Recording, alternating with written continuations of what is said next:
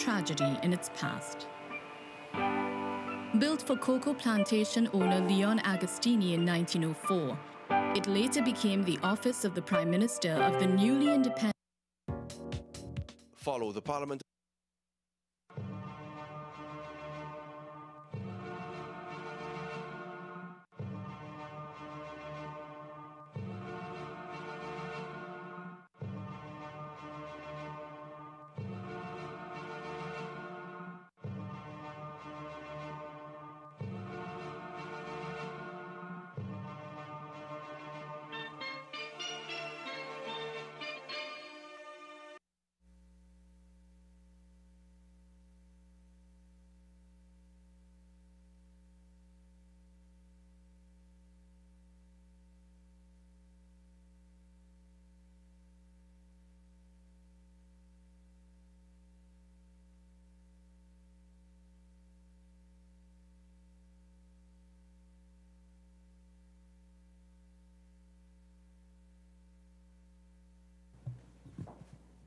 Good morning to everyone. I'd like to welcome all the various persons attending here today. And we are here to reconvene the meeting. And I'd like to, again, state that the purpose of this meeting is to continue the examination into the efficiency and effectiveness of the Education Facilities Company Limited, EFCL, in managing the construction and repair of government and government-assisted schools, and to explore what may be some of the possible solutions to the challenges faced by the company. And I want to be clear, the role of this committee is firstly to examine the issues which arose based on EFCL's written responses to the committee's questions, and secondly, to help EFCL in improving its operations, resulting in a more efficient and effective organization. I'd like to inform that this meeting is being broadcast live on Parliament Channel 11, Parliament Radio 105.5 FM, the Parliament's YouTube channel, ParlView. Viewers and listeners can participate by sending comments relating to today's engagement with the EFCL via email to parl101@ttparliament.org, or on our Facebook page at facebook.com/ttparliament, or on our Twitter feed at ttparliament. I'd like to welcome everyone to this session, and I'd firstly like to, as per the normal proceedings in this meeting, I'd like to begin by asking for opening comments, beginning with the Permanent Secretary, Ministry of Finance. Good morning. Thank you, Chair. Thank you, members of the committee. The Ministry of Finance welcomes this opportunity in the continued inquiry of the operations of Education Facilities Company Limited, as it offers us the opportunity to partner with this committee in the reinforcement of the principles of value for money, transparency, and accountability in the conduct of the public affairs. So thank you for welcoming us. Thank you very much. And before I go on, the chairman has heard, there's a process where I should have invited members, all the members present, to introduce themselves, and then I introduce members of the committee. So let me go back in the agenda, if you would permit the chairman. We're all human people. Sometimes things don't go the way we want it to go. So, Madam Permanent Secretary, I'm going to begin with you to firstly allow you to introduce yourself and members of your team from the Ministry of Finance, and then we'll go to the Ministry of Education, the EFCL, and EFCL current, and then EFCL former. Thank you, Chair. I'd like to introduce the members of my team. To my left is Deputy Permanent Secretary Jennifer Lutchman, and behind me, to my right, is Mr. Suresh Dan, Senior Business Analyst in the Investments Division of the Ministry of Finance. And to his left is Mr. Lester Herbert, Director of Central Audit Committee, Investments Division, Ministry of Finance. I am Michelle Durham-Kisoon, Acting Permanent Secretary in the Ministry of Finance. Thank you, Madam Permanent Secretary. I would now like to invite the Permanent Secretary, Ministry of Education. Pleasant good morning, Chair, as well as members of the JSC. I would first introduce members of my team from the Ministry of Education. To my left is Mr. Kurt Meyer, who is the acting permanent, there are two permanent secretaries in the ministry. He is one. I need to round, I'm sorry. To my far at the back is Mrs. Ashman John, she's Deputy Permanent Secretary. Then Mr. Wayne Cupid, he's the Director of our Education Facilities Planning and Programs Unit, as well as our Quantity Surveyor within the ministry. Thank you very much, Madam Permanent Secretary. I would like now to invite the officials of EFCL, current first, to introduce themselves to the committee. Hi, good morning. I'd like to introduce, on my right here, Ms. Campbell, Danielle Campbell, who is temporary corporate secretary / senior legal officer. And also in the back, we have Mrs. Gillis Noel, who is HR manager, EFCL. And myself, Dennis Cox, acting CEO, EFCL. Thank you. Thank you very much. And former member of the EFCL board, please introduce yourself for the records for the committee. Good morning, Chair and members of the committee. I'm Arnold Piggott, private citizen of the Republic of Trinidad and Tobago. Thank you very much. I'd like now to introduce members, ask the members of this committee to introduce themselves, beginning on my right. Good morning, Adrian Leons, member. Good morning, everyone. Ronald Huggins, member. Morning, Fazal Karim, member. Brigadier General Ansel Antoine, member. Good morning, Wade Mark, member. Good morning, and my name is David Small. I'm the chairman of this committee. All right. I'm trying to go back on the agenda here this morning. We have a full agenda. I would now like to call on the lead official from the EFCL to give us, as usual, a few brief opening comments. Thank you, Chairman. Good morning, Chairman and members of the Joint Select Committee on State Enterprises of the Parliament of the Republic of Trinidad and Tobago, Permanent Secretary, Ms. Michelle Durham-Kisoon in the Ministry of Finance and her team, Permanent Secretaries, Mr. Lenore Batiste-Simmons and Mr. Kirk Myers of the Ministry of Education, our line ministry, and your team, Mr. Arnold Piggott, former chairman, EFCL, Education Facilities Company Limited, representative of the management team, Mrs. Gillis Noel, HR manager, and Ms. Danielle Campbell, temporary corporate secretary / senior legal officer, members of the media, and the viewing and listening public. Firstly, I would like to give a brief overview of EFCL to place the foregoing deliberation into perspective. EFCL is a wholly owned state enterprise established in 2005 under the Companies Act, with the corporation sole, Minister of Finance, being the sole shareholder, and the Ministry of Education, its line ministry, or principal, in respect to the agency principle or perspective. EFCL per se is a project management company whose principal activities involve the following: the construction of schools at the 3 education level, ECC, primary and secondary, repairs and maintenance of school, outfitting and furnishing of school, procurement of textbook for the said school.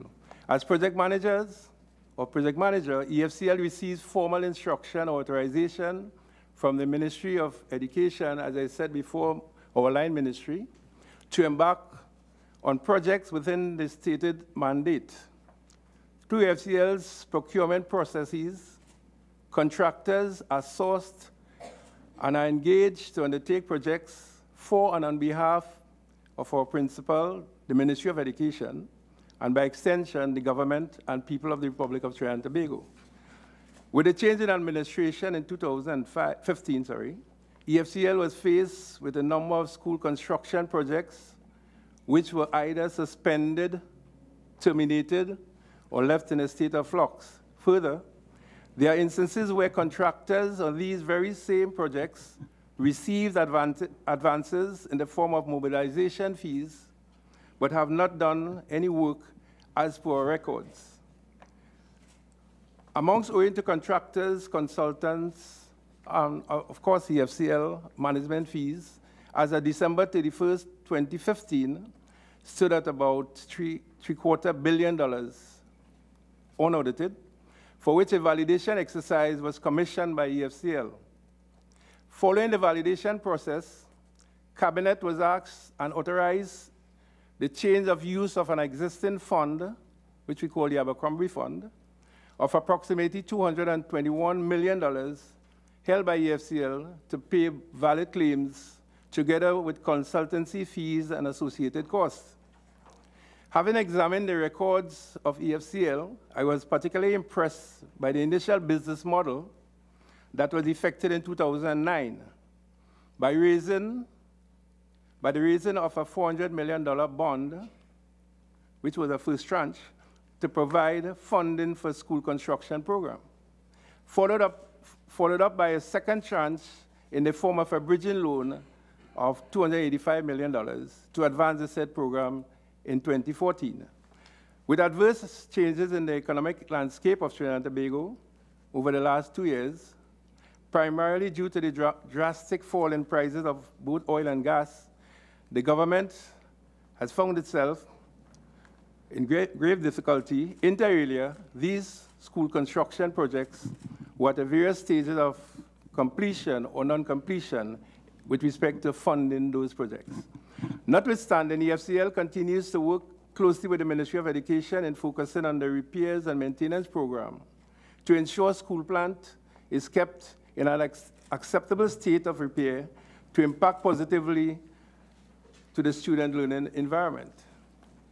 As regards the roles and functions of key stakeholders in the state sector, namely the Ministry of Finance, Investment Division, line ministries, the Board of Directors, Chairmen, subcommittees of board, executive management of state entities, I make reference in particular to pages 6 to 15 of the State Enterprises Performance Monitoring Manual, a document to which I feel proud.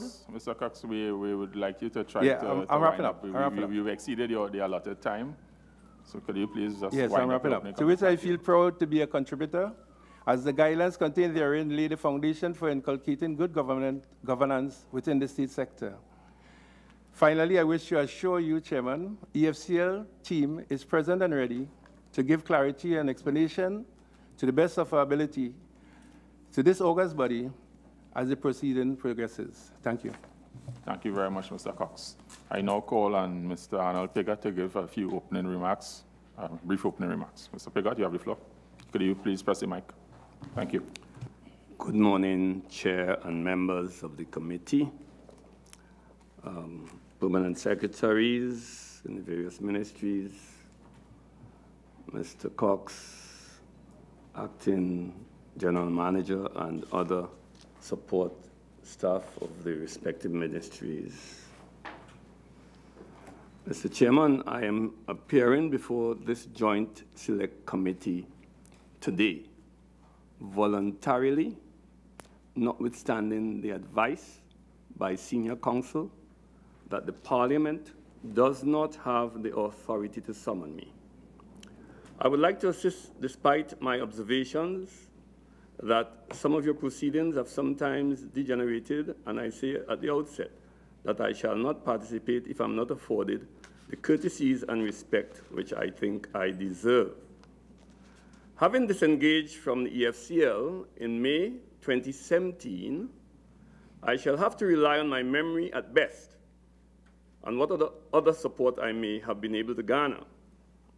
As a citizen in private life, I have had no access to persons, papers, nor records sent for by the JSC, nor do I have any knowledge of what the EFCL may have transmitted to the JSC between May 27th and today.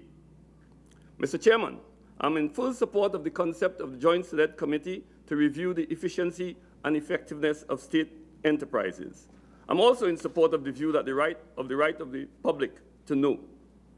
To assess properly the performance of EFCL, permit me to give a little background.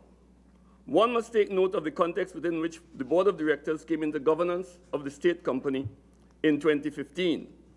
There was an extensive period when there was an absence of a chief executive officer and management of EFCL, arising from the termination of 7 senior managers in early 2016 and the subsequent suspension and termination of the temporary executive head, Mr. Louis Frederick, on contract. The board was further constrained from hiring an executive head due to ministerial instructions that no action be taken with respect to the tenure of Mr. Frederick until advice is received from the Attorney General. This was a written directive given by the Minister of Education. In the absence of an executive head during the period of 7 months, therefore, the chairpersons of board committees had to interface with the heads of units directly. A substantial amount of influence peddling in the affairs of EFCL was taking place, as well as interference in corporate policies and board decision-making, which had the potential to significantly compromise the efficiency and effectiveness of the company. There were interventions by the Minister of Finance. A meeting of the board was summoned by the Honorable Attorney General on August 16, 2017, the day after Mr. Frederick was suspended, and there were interventions by the line minister. Mr. Chairman, I propose to speak on the state of operation of EFCL on my board's entry into the company in terms of improvements made under our watch, ministerial interventions, challenges and misconduct by staff, including issues of possible tampering and extraction of information by the information technology staff and indiscipline within the Human Resource Division. The EFCL, under my watch, assumed governance in a company which was reputed to have an image of collusion, bid rigging, corruption, nepotism, and favoritism, and to have been contaminated and riddled with political interference. On assumption of responsibility, the EFCL board sought to immediately assess that which we inherited from the previous administration of 2010 to 2015. Based on immediate physical evidence of some of those practices, including the discovery of a mill room, the board identified an urgent need for forensic auditors with specialized skills, tools, and technological capabilities. The board engaged the services of PwC on a sole select basis in keeping with the authority under the EFCL tender rules. Arising from the examination of the existing EFCL records, the following, among others, were unearthed. A substantial list, but I will do a truncated version. A mill room in which fake invoices were being generated under direct guidance of senior executive. 160 checks drawn in favor of contractors for $33 million to various contractors in a cabinet in the office of the Finance Division. Records showing in excess of 120 contracts to one contractor for some $40 million, and another with 42 contracts for some $825 million were found. And Mr. Chairman, that which we inherited, 108 unfinished schools for which contracts have been awarded in excess of $2 billion and requires now some $1.5 billion to complete those 118 schools, I'm told. Upon meeting a situation in the middle of November, therefore, where 20 primary schools with a total population of over 8,000 students remain closed, emergency action was taken by the BTC, Board Tenders Committee, under the existing tender rules to ensure that all those schools will be open by January 4th, 2016. Mr. Chairman, we have had a legacy at the EFCL, but I will not go through all of them. Permit me, though, to put on record that one of the achievements that we believe that we have done is that we've been able to introduce discipline within the tenders and procurement process, measured through a non-conformance report. The board was thus able to avert areas of possible wrongdoing and misrepresentation, which reared its ugly head under the stewardship of the executive manager, Mr. Louis Frederick, who was on contract. Examples of wrongdoing were also seen in proposed award of contract for the Five Rivers Secondary School for an award value of $4.495 million. Another was at Rangrez North Secondary School, wrongdoing that we identified, where a contract award was determined and the contractor mobilized on August 11th, even before the date of submission of the internal quantity surveyor's report. That award was for $6.611 million and made without the approval of the Board Tenders Committee and the Board of Directors.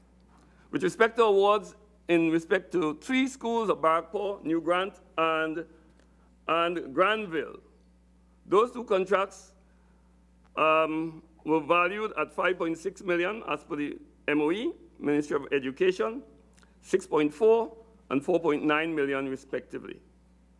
Those matters took place in August and persons were held to account for their wrongdoing. In January 2016, all 20 closed schools that referenced earlier were reopened, and for 5 consecutive school terms, all schools reopened for the first time in several years in the Republic of Trinidad and Tobago. We were able to get the schools in Barrackpore built, the one in New Grant built, and the one in Granville built in record time, in time for school opening in September. Those are parts of the facts. These are not conjecture, Mr. Chairman. Contrary to what has been ventilated in the public domain, I wish to note that the EFCL board was responsible for the governance of a billion-dollar company, and in 17 months under my chairmanship, dedicated many long, difficult hours to correcting the many deficiencies that existed when we assumed office. Mr. Chairman, I thank you. Those are my opening remarks. Thank you very much, Mr. Piggott, for your opening comments and remarks. Much appreciated by the members of the committee, and I'm sure everyone who's listening. Okay, I want to again thank everyone and welcome everyone here. I want us to begin by addressing some preliminary questions to Mr. Piggott, and I want to take off my initial questions from where you just left off about the board. Mr. Piggott, I would like to inquire, was it clear to you, as in your role as a non-executive director, that is fundamentally different from that of being an executive director? Very clear. And would you say that the members of the board understood this? Yes, sir. How would you describe the modus operandi of a non-executive director?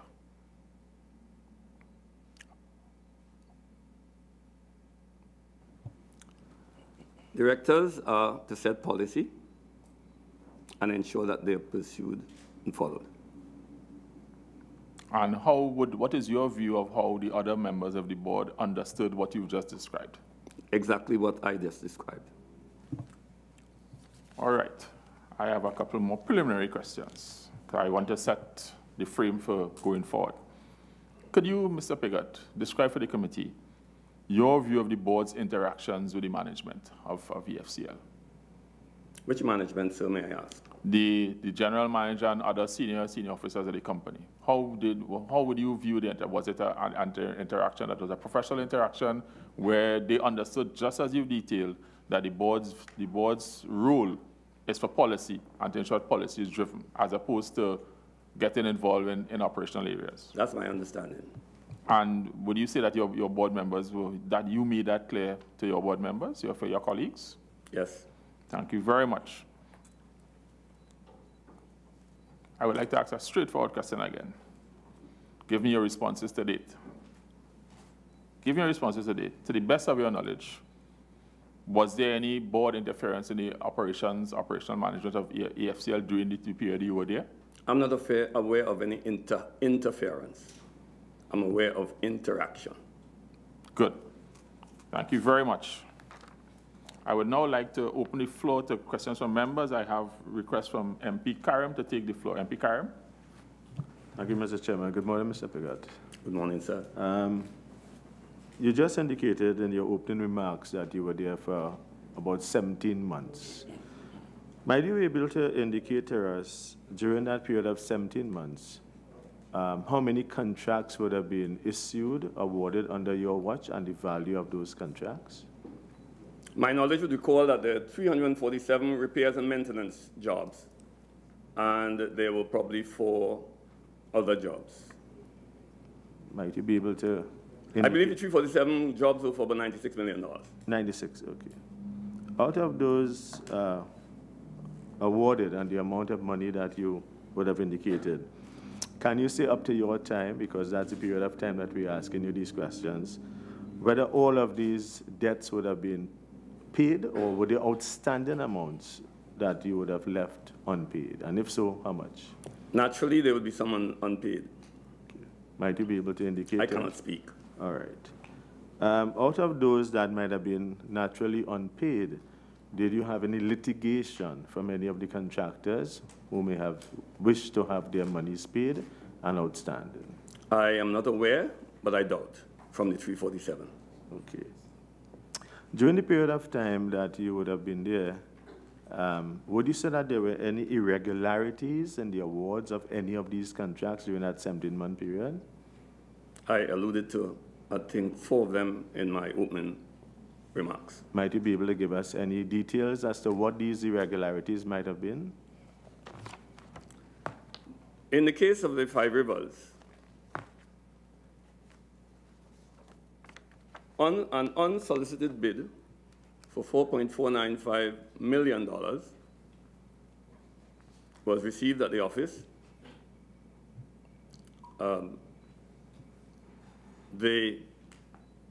That bid, the details of that bid were caused to be recorded on an EFCL template, the template that they would ordinarily use to submit bids, having gotten the quantity surveyor's report. The quantity surveyor was, I've been told, was caused to be typing the information into the computer while the then executive manager was dictating the information from that bid. And that is grossly irregular. What would have been the outcome of that situation that you noticed or that you came about? We caused a PwC investigation to be prepared, and which showed the result was clear breaches of the tender policy, tender rules. As a result of the PwC audits, did you have justification and cause to terminate any employees, and if so, how many? I couldn't confirm now, but I know the quantity surveyor resigned immediately. Maybe somewhere I might have read that there were about 5 managers whose contracts were terminated. Does that ring a bell with you in terms of the number? As a result of this? Yeah, as a result of the PwC forensic audits. I'll be stretching my memory if I can answer that, but. Okay. Do you know, for example, during that period of time that you were there, whether any of these managers sued the EFCL for wrongful dismissal? In respect to this matter? In respect of your tenure during your there and as a result of the forensic audits? There were claims in the High Court in respect to terminations. Okay. Do you know whether any of these matters were settled? Up to when I left, none was settled. None was settled. Okay. I get the sense that when you gave your opening remarks, that there may have been some challenges that you faced as the chairman of the EFCL. Am I correct in interpreting it that way? Yes, sir. Might you be able to elucidate for us what are some of these challenges that you experienced? And I'll ask a subsequent question when you indicate those.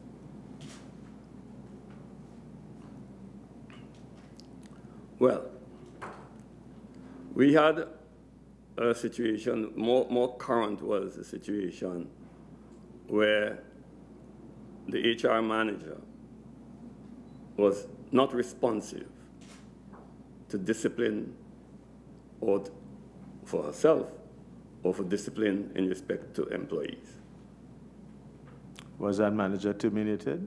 No, that manager resigned, but I'm told it's still with EFCL.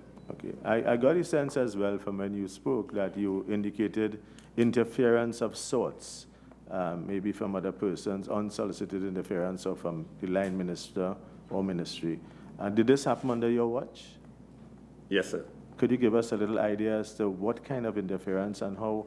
I don't know if that may have precipitated your departure after 17 months, but could you give us an idea as to what were these kind of interference? Well, if you take an example, sir, of being told not to take any action against an employee or a contract worker who you are clear, or where the board has lost confidence in that worker, then that is interference, sir. That's one example. Okay. Were there any other political interference? I can't recall what else there would have been. I know that there was a meeting on August 16th, the day after Mr. Frederick, the executive head, was suspended. There was a meeting summoned by the Attorney General. Were there direct instructions to you of sorts? Inquiry. Okay. But never any directives as to what action you should follow, no. And possibly which you did not follow? No, not in that regard. Okay. You also mentioned, so I'll give my colleagues the opportunity and I'll return. You did mention, and I wrote it down here, that there was significant influence peddling.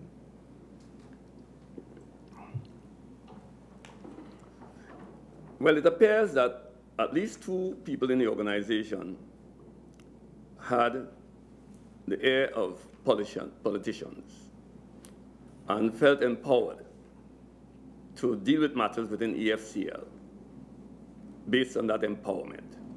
One was the HR manager, Ms. Gillis Noel, and one was Louis Frederick. Mr. Piggott, I know you many years ago as a senior cabinet minister. Did you feel that one of the challenges you faced was that because of this influence peddling, that you were relegated to second position and there are other persons who were more or less determining the operations of the EFCL? Well, we did say when we were asked to reinstate Mr. Louis Frederick after he had walked off the job, that had he returned, the board will be handicapped. And he did return after being requested to re-engage him. And perhaps that should have been my last call. So would you say that that was the that precipitated your decision to exit the organization? It's a combination of things that would have precipitated, but that would have been one, yeah. Okay, so it was as a result of you not feeling comfortable to lead an organization and having been led by others because of political interference and influence that may have caused you to exit the organization. Am I correct? It was a major ingredient. Thank you. Okay. Thank you, MP Karam. Before I give the floor to Senator Mark, I just want to ask a quick follow-up to Mr. Piggott. I've been listening intently. Could you advise this committee? You indicated a short while ago that you requested to re-engage Mr. Frederick. Could you advise this committee of the form of that request? By way of correspondence. Correspondence. So there was a written request. 2 written requests. 2 written requests to re-engage Mr. Frederick. Yes. And that would be in the company's records? I presume so. Okay, good. Thank you very much on that, because the question or the concern of this committee, one of the major concerns is about governance. And where it appears that governance is being compromised, then when bad things happen lower down in the system, no one should really wonder what went wrong. Because if governance is compromised, the whole system collapses. I will now give the mic to Senator Mark. Yeah. Thank you, Mr. Chairman. And let me join in welcoming the team and Mr. Piggott to this very important inquiry into the EFCL operations and activities.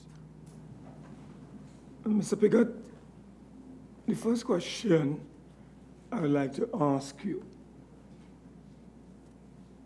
is simply this. Why did you resign as chairman of the EFCL?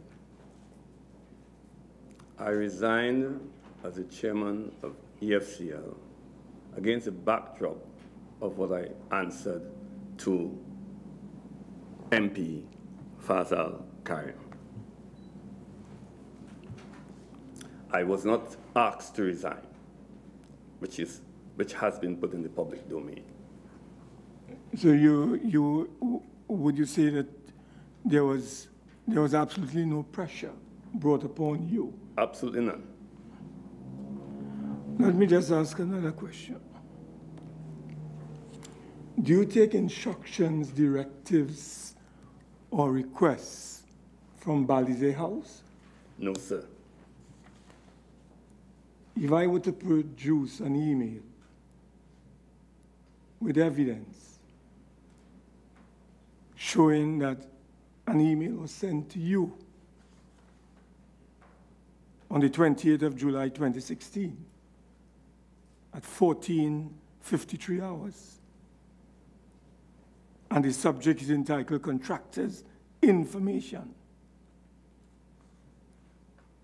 It was addressed to one Heather Joseph, and it simply reads, please see the, I guess, attachment as requested by Mr. Piggott. Thank you, Cynthia Joseph.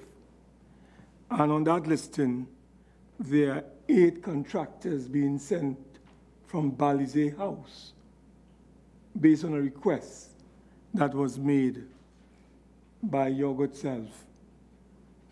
I have the names of the contractors here. If you want me to read them out, I'll read them out. I have the contact numbers for each of those contractors. So I'm giving you another opportunity to tell this committee, if you, when you occupied office for those 17 months, on the 28th of July, 2016, did you receive correspondence from one Mrs. Joseph as it relates to a request that made by yourself from Balize House concerning a list of 8 contractors? I just want to give you another opportunity to clear the air, because this is an email that I have here. So I just want you to clear the air, because I don't want things to be misinterpreted. Please. Senator Mark, are you saying that you have in your possession an email, or may I ask, Chair, that you have an email addressed to me? Chairman, I'm just asking Mr. Piggott, through the chairman, do you take instructions or do you take requests from Balize House to provide contracts to contractors whilst you were chairman of the EFCL? That's all I'm asking. I do not take requests from Balize House. I do not follow instructions from Balize House, and I have not done any such thing at reference. All right, well, I will proceed, Mr. Chairman. Thank you very much for your clarification. And before you proceed, Senator Mark, seeing that the committee members are at a disadvantage in terms of the document referred to, I would be grateful if you'd share with us at that appropriate time. Yes, thank you very much. Thank you very much. May I also ask Mr. Piggott, and I will preface my statement, and again, Mr. Piggott, this is dealing with information and evidence that have been proffered before this committee. And I'm glad that you took the opportunity to come so you can clear the air on these allegations. We have received information with strong evidence that suggests that there were numerous incidents of reckless behavior, misconduct in office, poor performance, bid rigging and victimization, among other things, during your tenure as chairman. Our committee understands that these allegations were formally brought to your attention. I would like to ask the following question. During your tenure as chairman, were you ever made aware of any such incidents whilst you were chairman? I am not aware. So you were saying that you are not aware of these things.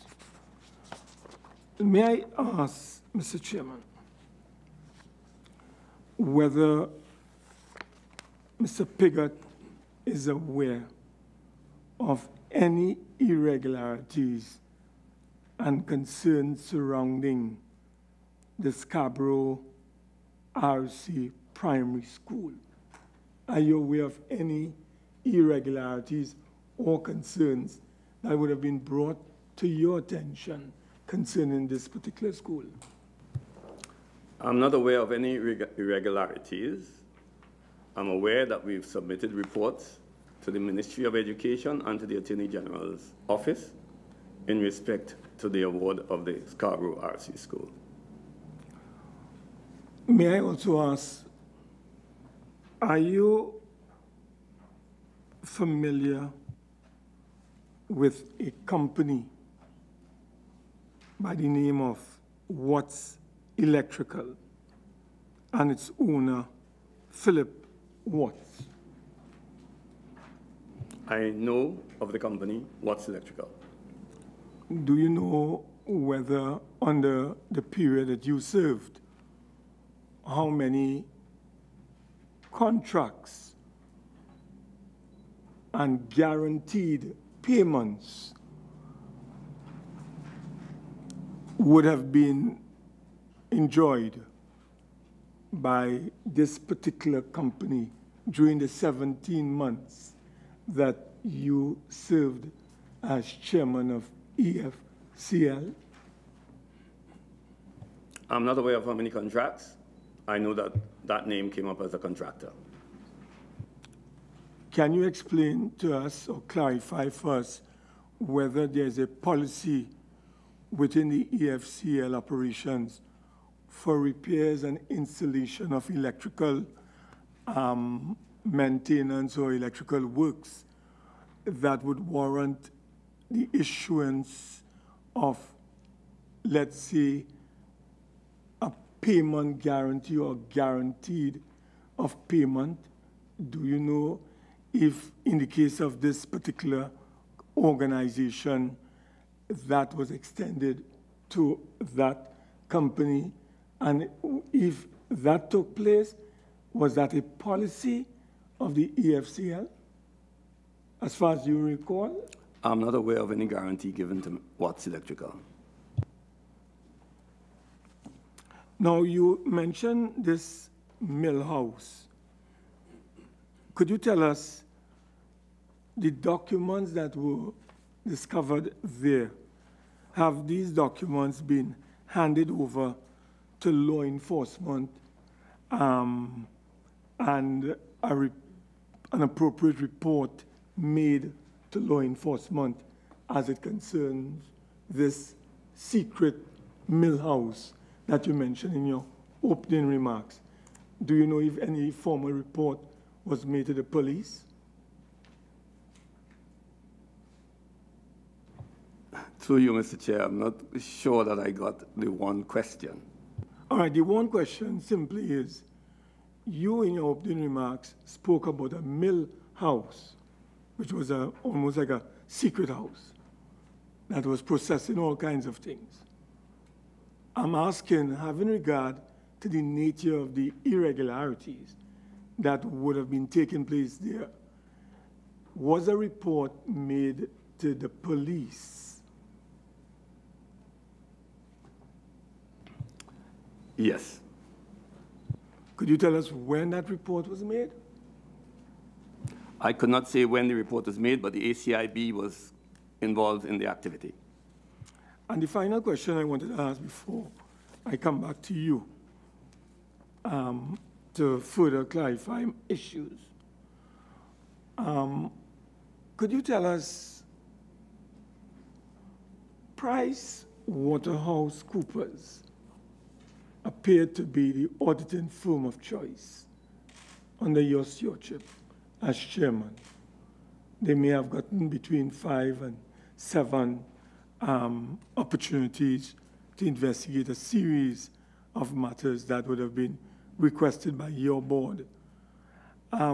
Would you want to share with this committee whether there was any tendering process involved as it relates to public advertising for auditing firms, or was it a decision simply taken by the board to have PricewaterhouseCoopers sole select for conducting a number of inquiries and investigations under your watch?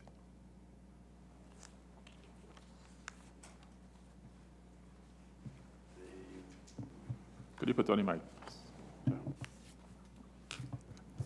Pricewaterhouse was engaged on a sole select basis in keeping with the authority of the EFCL tender rules. They were engaged on that basis with the urgency of a mailroom and having to take possession with immediate effect.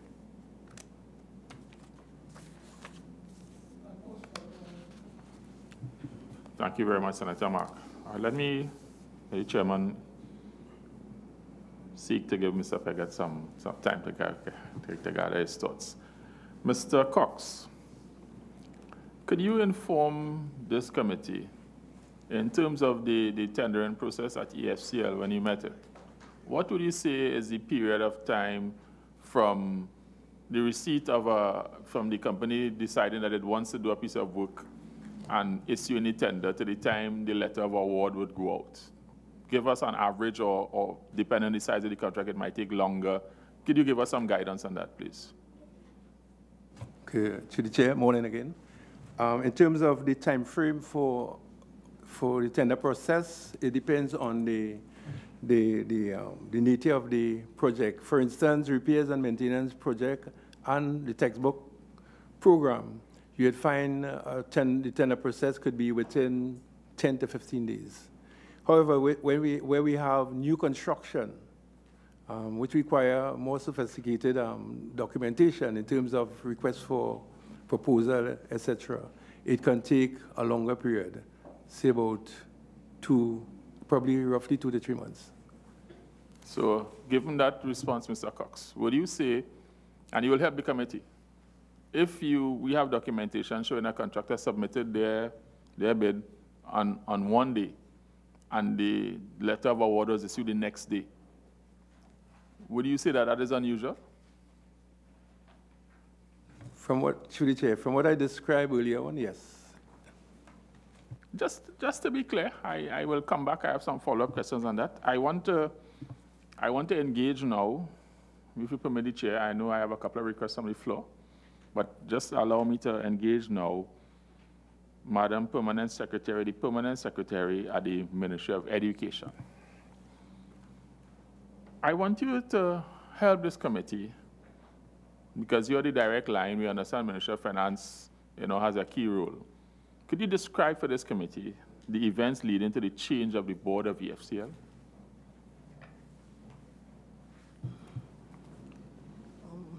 Honorable Chair, I must admit I would have been on leave. I would have returned in September. I would have to write and provide you with the answer. Is there anyone in your team here who would have been there at the time who could have helped us with the chain of events that led to the because you need to help us. Let me help you. Mm-hmm. A decision was taken to change the board. What we're trying to understand is what led to it, so that in the normal course of your operations, what would have led or contributed to the ministry having a discussion with I'm going to ask the same question to the Ministry of Finance. What would have led to you have a line entity under your jurisdiction, and what would have precipitated the ministry, in your experience as a permanent secretary, the ministry looking at the operations of a board and deciding perhaps, or making a recommendation that this board be changed? I've rephrased the question to help you. Again, it would have been a new experience for me, and I was on vacation. I did not inquire when I returned. It was the end of the financial year, and I just tried to complete that process. I really did not ask because there was a permanent secretary in place. She proceeded on vacation leave, and I stepped in. Again, I would have to ask Ms. P.S. Durham if she has any experience to assist me here. But well, I will now move to Permanent Secretary, Minister of Finance, and I will ask my first question again. The committee is trying to understand what would have precipitated the decision to change the EFCL board. Bearing in mind that that board would have been in place at that time less than 2 years. So we're trying to understand what would have triggered the decision to change the board. Thank you, Chair. As far as I'm aware, the information does not reside in the ministry. So I'm sorry, I don't think we have that information. Well, then the committee is concerned because I recall Mr. Pigot's opening comment that EFCL is a $1 billion company. And I would have thought that changing the board of a $1 billion company would be something that for which there would be appropriate consideration and documentation available.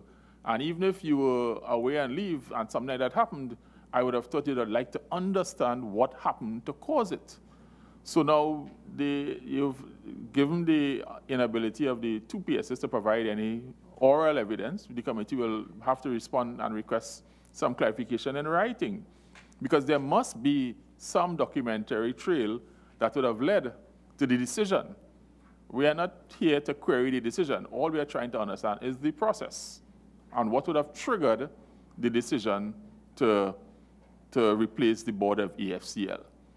So the committee will request that information both from PS Finance and PS Education, whatever information you can share with the committee to help us understand. Because from where we sit, we are struggling to understand. We believe that action would seem to be certainly out of character and certainly in terms of the experience of this committee. That does not happen very often unless we have a change of administrations where you completely change the board, save and except one person. So we will forward our request in writing, and we look forward to a response. I think I have Senator Huggins asking for the floor. Senator Huggins. Thank you, Chair.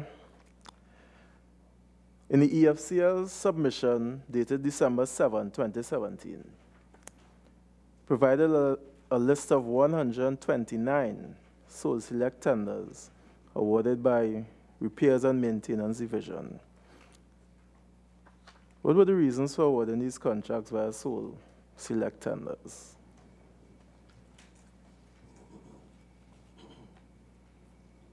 Chair, if I may choose to answer the question. There are a number of reasons that give rise to the selection of a sole tenderer. Basically, under the EFCL procurement process or procurement rule, we allowed in emergency cases to fast-track the process by, treating with a sole contractor. In other cases, there are situations where when we conducted the normal the tender process and we did not get any satisfactory bid. Okay? Then there's the third instance where under a special program, which we call the Laventine Improvement Program, a number of contractors expressed fear due to crime of doing work in that particular environment. And in such cases, only selected certain contractors, asked to take the risk to go into these crime-ridden areas. where we are, we have actual evidence of people being shot at, people being injured in those areas. Thank you. So, to the best of your knowledge, this is a long-standing practice? Yes, it is, through the chair. And what mechanisms are in place for monitoring and evaluating this practice of sole select tenders? Especially since you said in cases of emergencies, I'm seeing 129 here. Now, if you look at these 129 is over a time frame, a long time frame. Sure. And what we find in recent time, since 2015, we had a lot of repairs and maintenance contract rather than any new construction. So these are small jobs.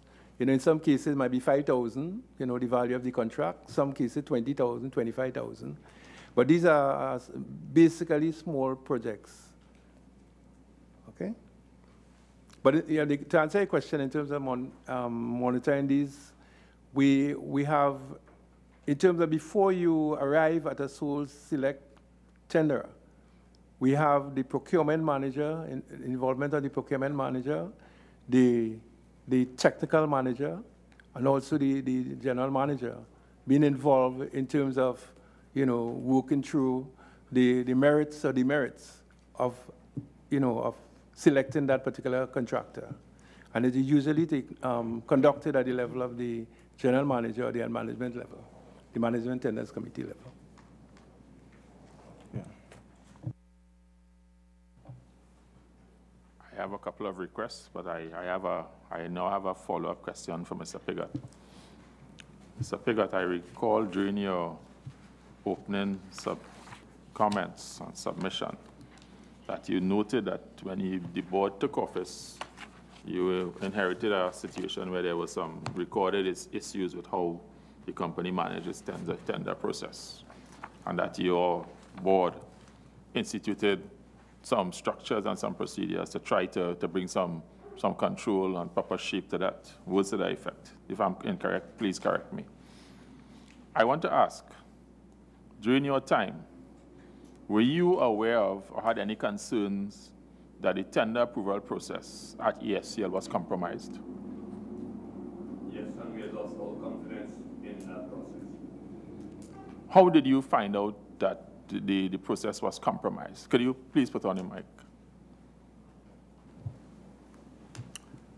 We had lost all confidence in the procurement arrangements at EFCL.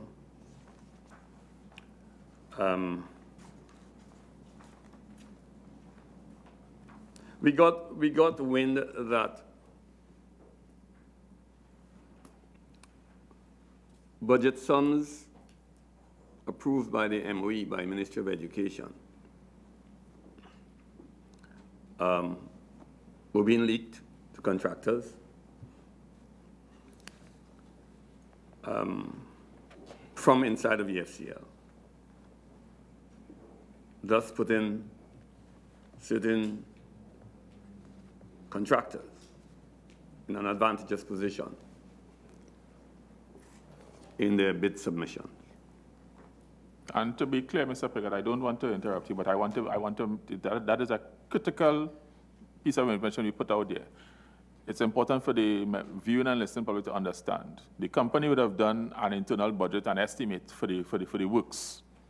And what you're saying is that the internal estimate for the works, or the estimate that you have the company for the works, was shared apparently with potential bidders. Is that what you're saying? The way it works is our internal quantity surveyor would go out and spec the work and price it. That would then be put on a template, as I referenced before, submitted to the Ministry of Education. The Ministry of Education, through people like Mr. Cupid, would do a second check, so to speak, on that submission. And then somewhere along the line, we will get an approval or a variation or question in respect to the budget. The Ministry of Education then confirms to us the budget sum. So if there's a sum for $500,000, we will get that information coming. We may have sent in something for 600. They may have sent it back with 5 or 550. it is somewhere between the Ministry of Education and EFCL that there are leaks. But we were satisfied, and don't, Mr. Chair, with all due respect, don't ask me for the evidence, but we were satisfied that there were elements of wrongdoing going on in that area. Well, if the committee appreciates your frankness, Mr. Piggott, this is what we were trying to understand. Clear statements as to what was going on. And the committee continues to appreciate that. Now, the obvious question arises, now that you've found out that, they had these challenges, what strategies, how did you and your board and discussions with the management try to mitigate these things that were happening at EFCL? We introduced a non-conformance type of reporting where when the tender submissions are made to the board subcommittee for tenders, they will go through that with a more detailed look than at first and raise queries as they deem appropriate. And in that process, they would have found whether there were people dodging or whatever else was happening. And so there's an introduction. And one of our directors, a very experienced director, having worked with British Petroleum, BP, and Amoco, he was the chairman of the procurement division. And so we had a good person in there to look at it. Thank you, Mr. Piggott. That leads directly to my next question. And I appreciate, again, your frankness and your responses so far. Would you be surprised, Mr. Piggott? We have some documentation in front of the committee that a tender was issued by EFCL in, I think, June of 2016, or July, I think, of 2016. The tenders committee, as you've described, would have met and evaluated the tenders and made a recommendation. And we have the letter for the recommendation. However, after the recommendation was made, another tender was received for the same works. And 1 day later, the letter of award was issued to that contractor. And to be clear, that contractor who received the award wasn't part of the original process that was engaged in terms of the request for proposals. Would you be surprised to hear that this happened after going through the process of the board tender? How could that happen where you have as you've just described, a rigorous process, you have a tenders committee board looking at these tenders? How could it be that the committee made a recommendation and then a tender was received by a different contractor, and then 1 day later, literally less than 24 hours later, and according to the documentation we have in August 2016, a letter of award was issued to that contractor for works totaling just about close to $7 million. How could you explain or help us understand what could have gone wrong? Because what we're trying to get at, Mr. Piggott, is what went wrong so we could try to plug those gaps. Chairman, if you would give me more detail as to the name of the company, I might be able to help. The contract was to do with the provision for the Barrackpore Vedic School and for the new grant school for the provision of containerized units and new grant primary school and the Barrackpore school for providing installation, supply, and commission of containerized units and minor retrofitting works at these schools. This would have been done in August 2016. I don't want to put the name of the contractor out there. That is not what we're not here about trying to create. We're trying to deal with the process. Yes, Chairman, and I didn't intend to mean the name of the contractor, but intend to mean the project. And in that regard, there were 3 projects, and I referenced it in my opening remarks. Barrackpore and New Grant were referenced.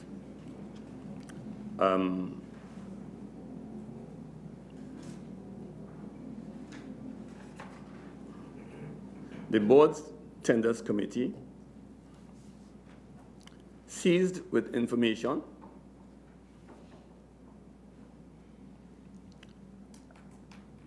determined that a particular contractor deemed to be a preferred contractor by the executive manager and his team was not an appropriate contractor to execute the works with value for money, on-time delivery, and with questionable reputation. As a consequence, communications were held, discussions were held with the Minister of Education on the possibility of an award to a contractor who, it was felt, could execute the works within a 3-week period. On the directive, on the approval, of the Minister of Education, who advised that he had consulted with the acting Attorney General. We were advised that we can proceed to award the contract to be expedited to ensure that the 3 schools which were deemed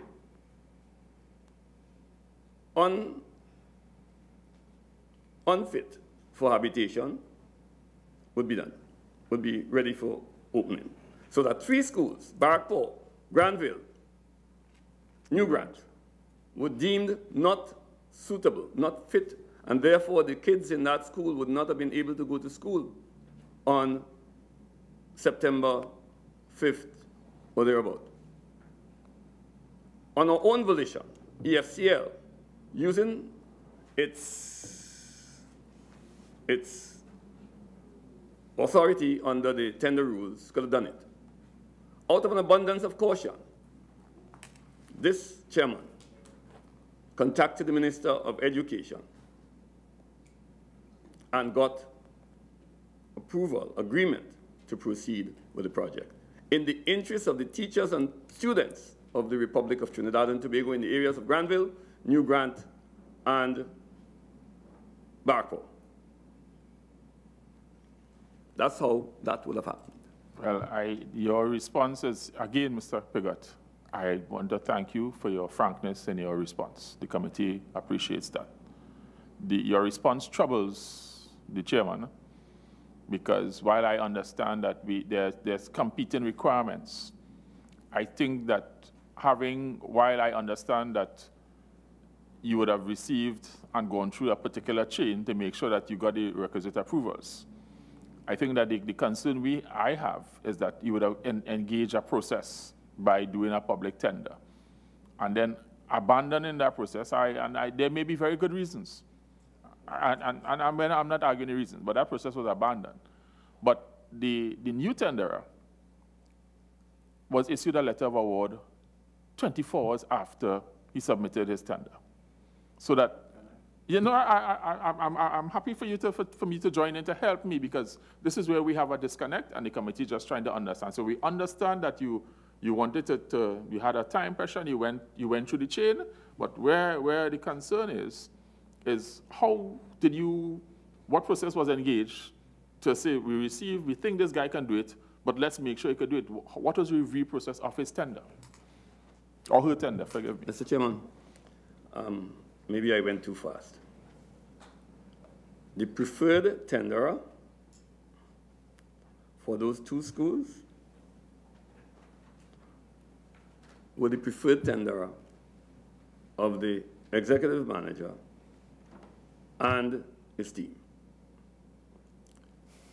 Based on information available to us, and as revealed in a particular report, that contractor, there were question marks over value for money issues. That is, may I explain, that is whether he can do the job or whether the job is overpriced. On-time delivery, whether the delivery could be done on time, and because of the reputational risk. Now, that contractor that to which you refer in terms of the process had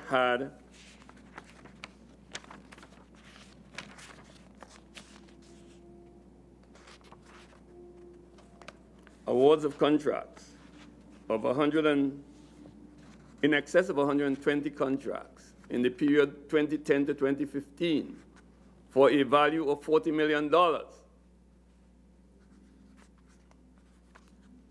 My board, and under the BTC committee, took the position, and those projects were largely incomplete. Those projects were largely incomplete. Therefore, the BTC took the decision that this is a risk that we are not about to enter with a 3-week delivery to ensure that the students of 3 schools are educated in those premises. Thank you very much, Mr. Piggott. I will pause my questions on this, but again, I want to thank you for your frankness. I now give the floor to Senator Mark. Mr. Chairman, may I also pursue the line that you had ended on, and to ask Mr. Piggott whether we had a similar occurrence at the Scarborough Roman Catholic Primary School. Did you receive instructions from the Attorney General acting and the Minister of Education to fast track the awarding of, let's say, a tender award to a particular contractor, even though that contractor did not feature when they tally the scores by this particular consultant? Are you aware, or could you share with us your knowledge as to how a particular contractor under your watch in Tobago was able to win an award when the tenders committee had approved 2 other contractors who would have gone through the process and they would have satisfied all the criteria and requirements set out by the EFCL, let's say, system, whether it is tender rules, the evaluation reports, the tenders committee report. Could you share with us, Mr. Piggott, if a similar situation like in Barkpaw that you mentioned, New Grant, took place in Tobago involving the Scarborough RC Primary School? Was there a similar situation? No similar situation occurred in the case of Scarborough RC. Well, then, could you explain? Neither did the board or its committee take any instruction from anyone to award a contract specially. Then could you recall from your memory and your recollection the process that was involved in eventually awarding the tender to York Structures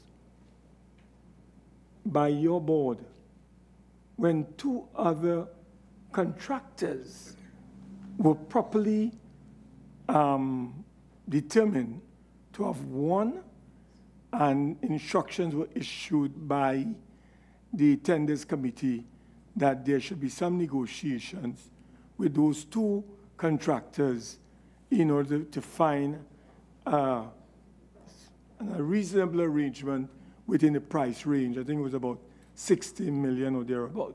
Could you share with us what may have happened in the case of the Scarborough Primary School in terms of Roman Catholic School in this particular instance? Mr. Mark, Senator Mark, I'm unable to recall that. I'm not a member of the Board Tenders Committee. Board Tender Committee submit their proposals to the board, and we, based on the recommendation, put forward. What I can tell you, though, Senator Mark, is that the process that was observed in respect to the award of the contract to the Scarborough, in respect to Scarborough RC, was recited to the Minister of Education and to the Attorney General. And that is over a year ago. As we understood it, there were no issues to be queried.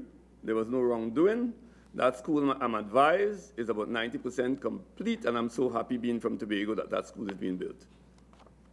As far as you are concerned, that whole process was a fair process, and the person or the company that eventually won that contract would have been there was a fair process as far as you could recall as chairman during the period when that award would have been granted. Would you say that it was a fair process? Senator Mark, the process for the details, I am not a functionary in that. However, I'm saying to you that the reports that came to us and the reports that were submitted to the Minister of Education and the Attorney General in this regard, because I suspect that somebody raised a query, one of the contractors perhaps, but I couldn't help you any further with that. All right. Well, I'll pause and come back to you in a short while. May I ask the Permanent Secretary in the Ministry of Finance? We were told that on November the 20th by P.S. Leachy that the Central Audit Committee had completed their field work on this matter of the EFCL, and they were in the process of finalizing a report. Could you tell us whether the final report has been submitted to Corporation Seoul? Through you, Chair, let me ask the Director of Central Audits to clarify, please. Thank you. Thank you. Good morning. That report was submitted for review by myself.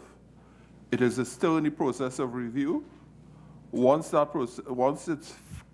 review is finalized, it will be passed on to the Deputy Permanent Secretary and then to the Corporation Seoul afterwards. But the review has not been finalized as yet. Would you want to share with this committee, given your busy schedule and your other commitments, what time frame you anticipate you would be able to conclude your review and have this outstanding report submitted to the Deputy Permanent Secretary for onward transmission to Corporation Seoul? I expect the review to be finished by Thursday, Friday for the latest. Okay. We were also told, Madam Permanent Secretary, through the chairman, that there were certain moves to strengthen the unit, because we were then told that there were some challenges faced by that central audit unit. Could you provide this committee with, let's say, any kind of status report on actions that might have been taken to strengthen the Central Audit Committee of the Ministry of Finance? Through your chair, I am aware that that process is ongoing to be finalized. When you say ongoing to be finalized, could you share with this committee what time frame this ongoing will come to an end so that we will have a strengthened Central Audit Committee? Let me ask my Deputy Permanent Secretary to give some details, please. Thank you. Good morning. Through the chair. At this moment, we have all the positions filled except for the Deputy Director. And there are two officers yet to assume, but they will be assuming in the next 3 weeks. And all of the persons who have been recruited, they are on board, and they are at present conducting audits. And therefore provide in writing what was the strength of the Central Audit Committee prior to those actions, and therefore we will have a past organizational structure to compare with what is the current situation arising out of the commitments given. Could you submit that? Yes, certainly. Mr. Chairman, may I go back to Mr. Piggott? Mr. Piggott, it was on the 16th of June, we had an oral submission by the new chairman of the EFCL when we asked him about a newspaper report entitled Setting the Record Straight. And we were told at that time that he was at that meeting when the particular document was suggested, but no consent was given for its publication. That is what we were told, and that is in black and white on the Hansard records. If the board did not agree to the issuing of this press statement, which would, of course, I would imagine, a tidy sum to the company, could you tell us under whose instruction was a full-page ad published? Could you share with us whose instruction was that ad published? I am not aware, Senator Mark, that it was not approved. You're not aware of what? I was not aware that the ad was not approved. Oh, so, as former chairman, would you like to clear the air for us and indicate whether this particular publication was approved under your chairmanship when the board met? As far as I recall, it was agreed for that publication to be issued. So there was agreement at the board level for that ad to be published? As far as I recall, sir. Yeah. May I also ask, Mr. Chairman, to Mr. Piggott, we have been advised via a report by PricewaterhouseCoopers that during their human resources audit assessment dated the 14th of January 2016, that salary adjustments were made in, and I quote, a piecemeal manner and not based on a sound salary survey as required by policy. We were further told that actual salaries are not within the approved compensation structure and was approved at the board level. We also took note of the following salary increases for the period October the 1st, 2016 to May 31st, 2017. The project manager got an increase by 67%.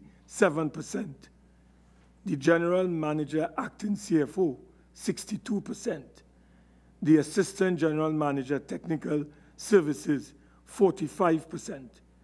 The junior accounting assistant, 36%. The senior legal officer, 21%. The human resources manager, 20%. The accounting assistant, 10%. Quantity surveyor, 5%. And the executive assistant, 5%. Now, in light of what I've just provided, could you indicate to us, in the absence of a compensation survey not being completed to determine salaries, what would have informed the decision of your board to approve those salary increases in 2016? Because we are told by PricewaterhouseCoopers that was not supposed to take place since it was not within the authority of the board to do so. So could you advise us how you were able to approve these salary increases for the category of staff that I've outlined? Senator Mark,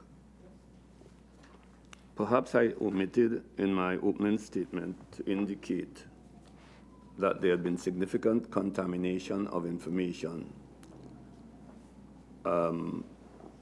of occurrences under the 2010-2015 administration and that of the 2015-2017. Perhaps I omitted to say that the bulk of the PwC reports covered the period 2010 to 2015, except for the one or two that I mentioned in my report about the Five Rivers project and the Aranguez project, which happened under our watch, and we were determined for it not to happen under our watch. That survey, that report relates to the 2010-2015 period, as far as I recall. The PwC, all the PwC reports except two, the one for Aranguez and Five Rivers, where they found gross irregularities, and the IT, oh, I omitted that one as well, and the IT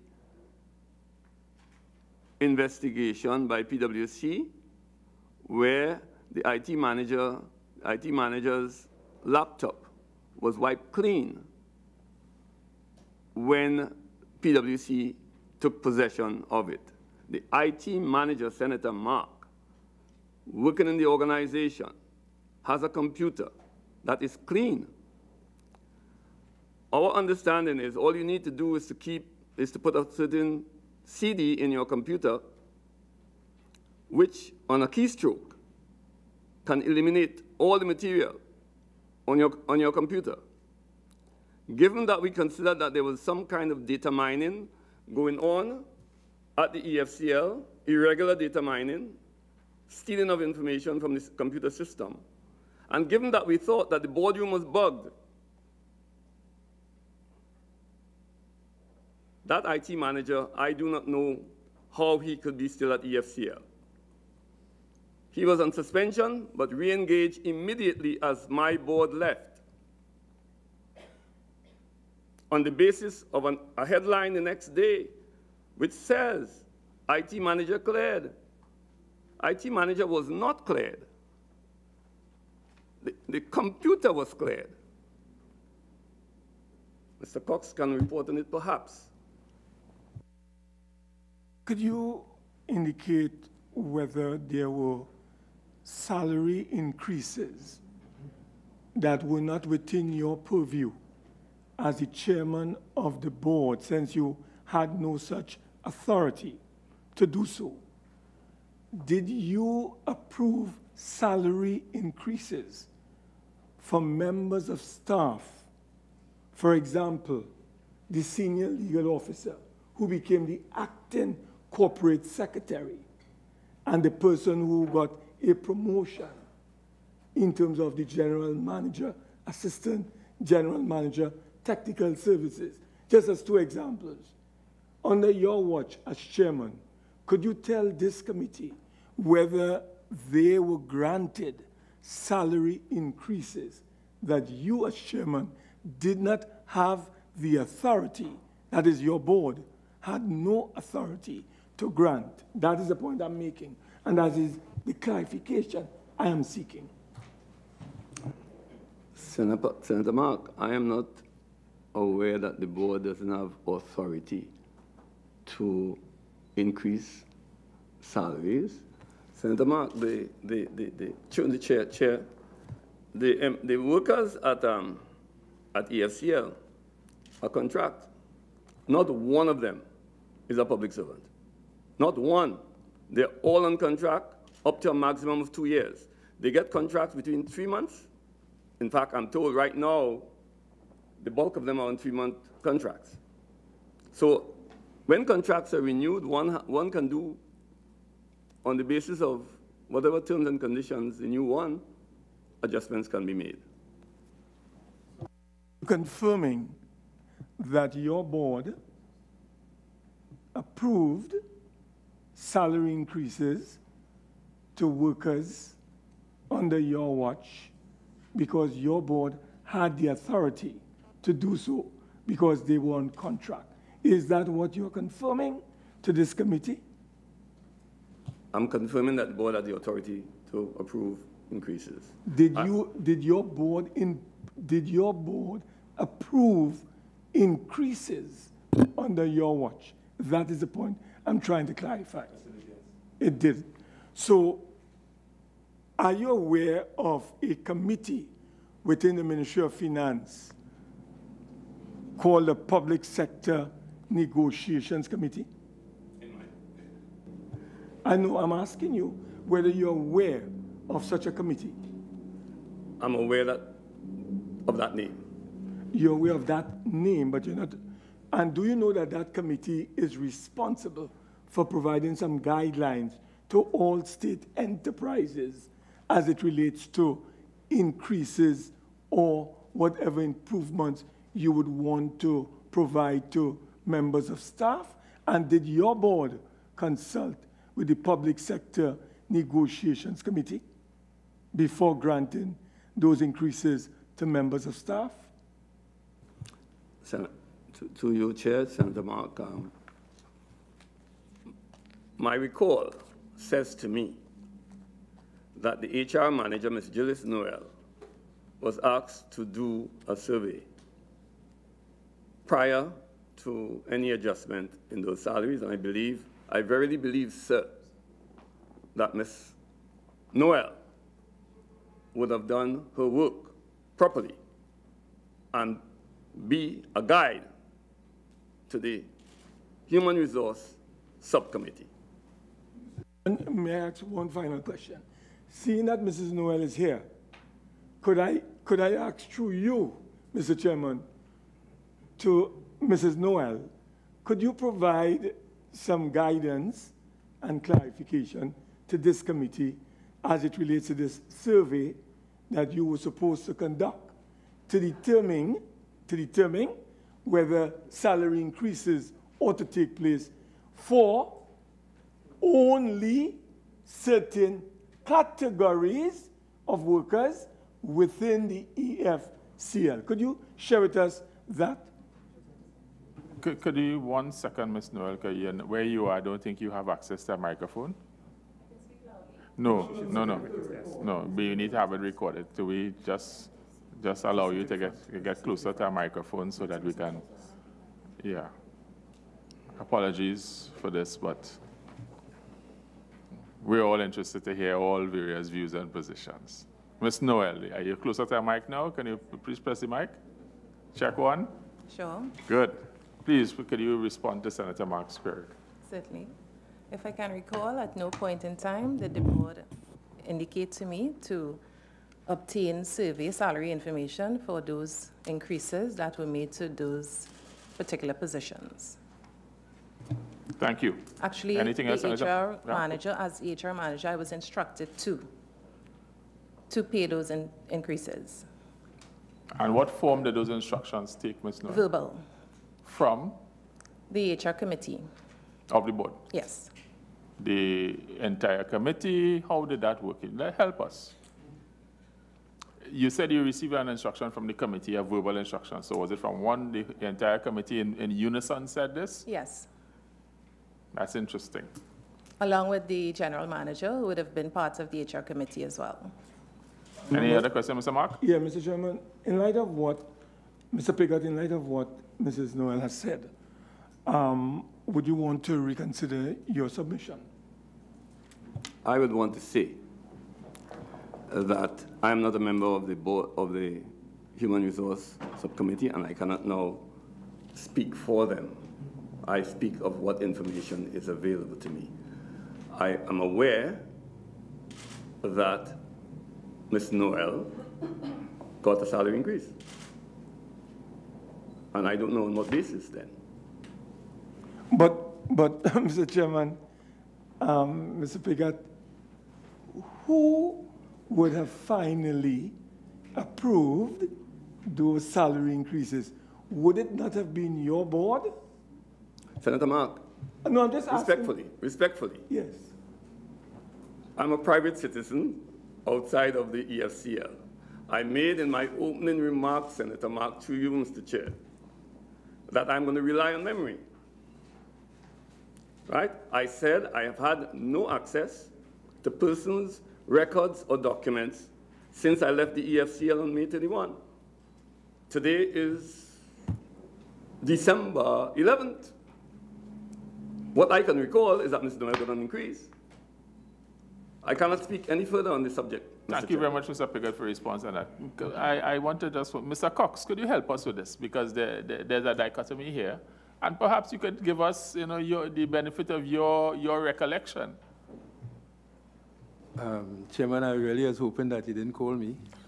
But however, seeing that we are in a very serious session, I would want to state that I was in fact invited by the HR committee of the board in terms of the deliberation in the salary increases, matters relevant to the salary increases.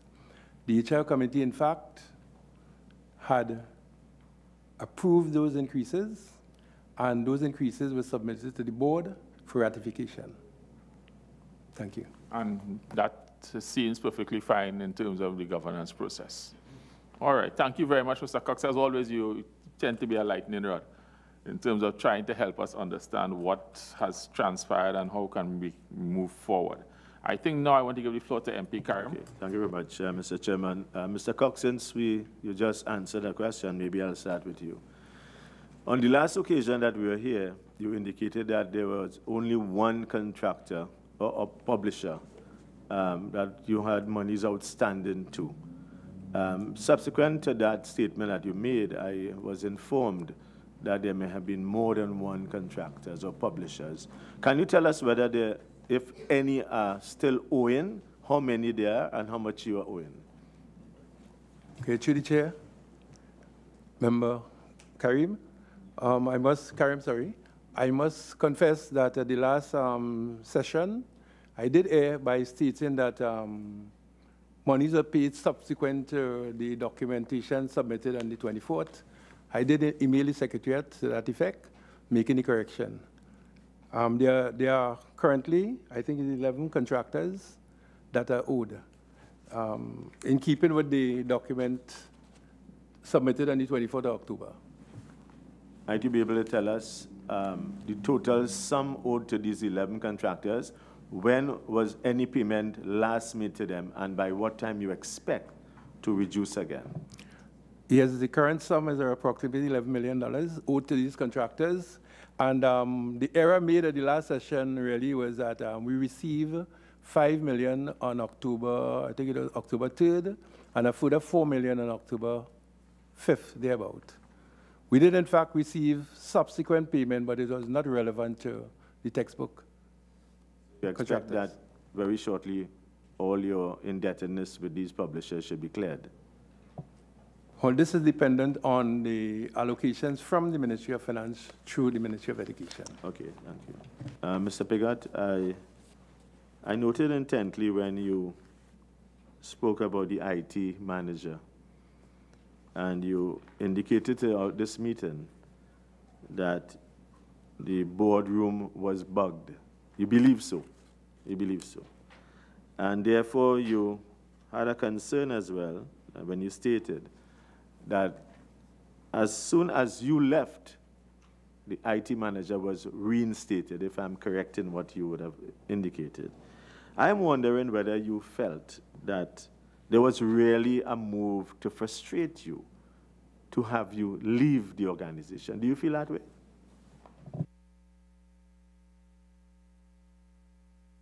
I'm not easily frustrated. But something is wrong with the governance.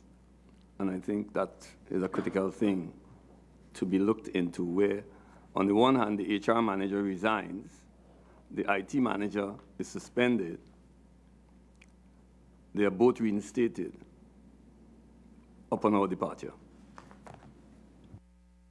Okay. I want to also remind you of a statement you made earlier on. You said that we had lost all confidence in the procurement arrangements at the EFCL. I want to ask you, you stayed there for 17 months or thereabouts. How soon after you assumed chairmanship did you lose all of this confidence? I lost all of the confidence near the end of my term. Okay. There was another question I wanted to ask you. You mentioned that there was a particular contractor who would have received in excess of about 120 contracts, totaling about $40 million. That particular contractor, you spoke about the period of time 2010 to 2015. Can you say, during your period of time, whether that contractor was given any additional award of contracts, and if so, how many contracts and the value?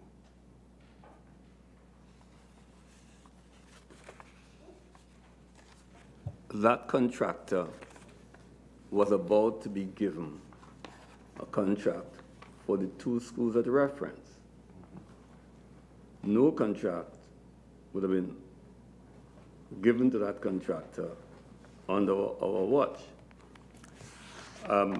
Somebody was pressing. I don't know exactly where the button was, but somebody was pressing for that contractor to get these 2 contracts, Barrackport and New Grant, to the extent that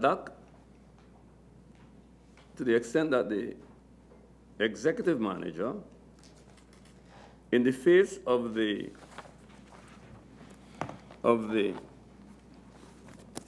board having made it clear that there were concerns of value for money. I think I'm saying it for about the 4th time. The concerns of value for money, on-time delivery, and reputational risk. Notwithstanding, the Board Tenders Committee rejected the executive manager's suggestion to go to the Office of the Attorney General to get a dispensation to allow the contracts to be awarded. The BTC, I'm advised, the BTC has advised that that executive manager sought approval from the BTC to go elsewhere outside of the EFCL to prevail upon them. Perhaps this might be one of the areas of empowerment, I don't know. That contractor, therefore, has not gotten any contracts under our watch. Incidentally, the 24-hour to which the chairman alluded, I don't know if it's 24 hours. I couldn't confirm that, Chairman. But the contractor, let's put on the record, the Ministry of Education approved a budget for 5.603524. These are figures I kept because I found it odd strange. The budget was 5.603520 for Barrackport.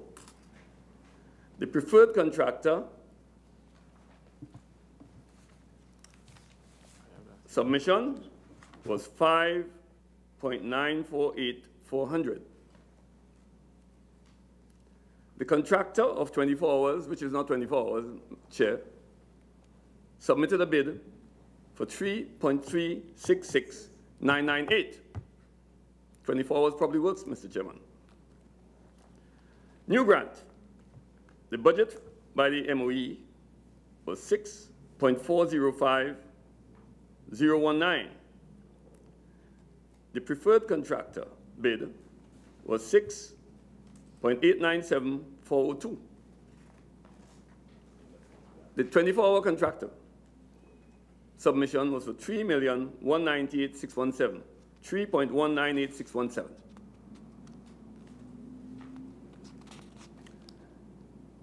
From that simple mathematics, that I think the first or fifth, what is it, standard 1, standard 2, would show that this Treasury and the board that we ran saved the country $6.2 or $6.3 million in respect to the award of the contracts that are deemed to be 24-hour contracts. As well, the team advanced to the BTC, I'm advised, that in the case of Granville, that there were only two people, two contractors in this country who can provide the service, who could have executed those contracts in record time. They were prevailing on the BTC that there were only two. There were 5 submissions, as I recall, based on my advice, which was narrowed down to 2 who would have passed the technical, and I'm sure you're familiar with MP Karim and Minister Mark. So having passed the technical, the 5 submissions went through a technical stream. It was determined that only 2 can go forward. And then the executive manager and his team were telling the board tenders committee that there were only 2 contractors. But because of an alert board tenders committee, they knew, they were aware that there were other contractors who can do it. There were not just 2. It's impossible to just have 2 who can execute the contract. So, in their insistence to prevail upon the BTC, they decided to award 2 of the contracts to that preferred contractor, and 1 contractor, and 1 contract to another contractor. So New Grant and Barkford, they were pressing to get that to the preferred contractor, and Granville, as a land yapner, take that. We can't give all to 1. Mr. Chairman, at 3:58 p.m.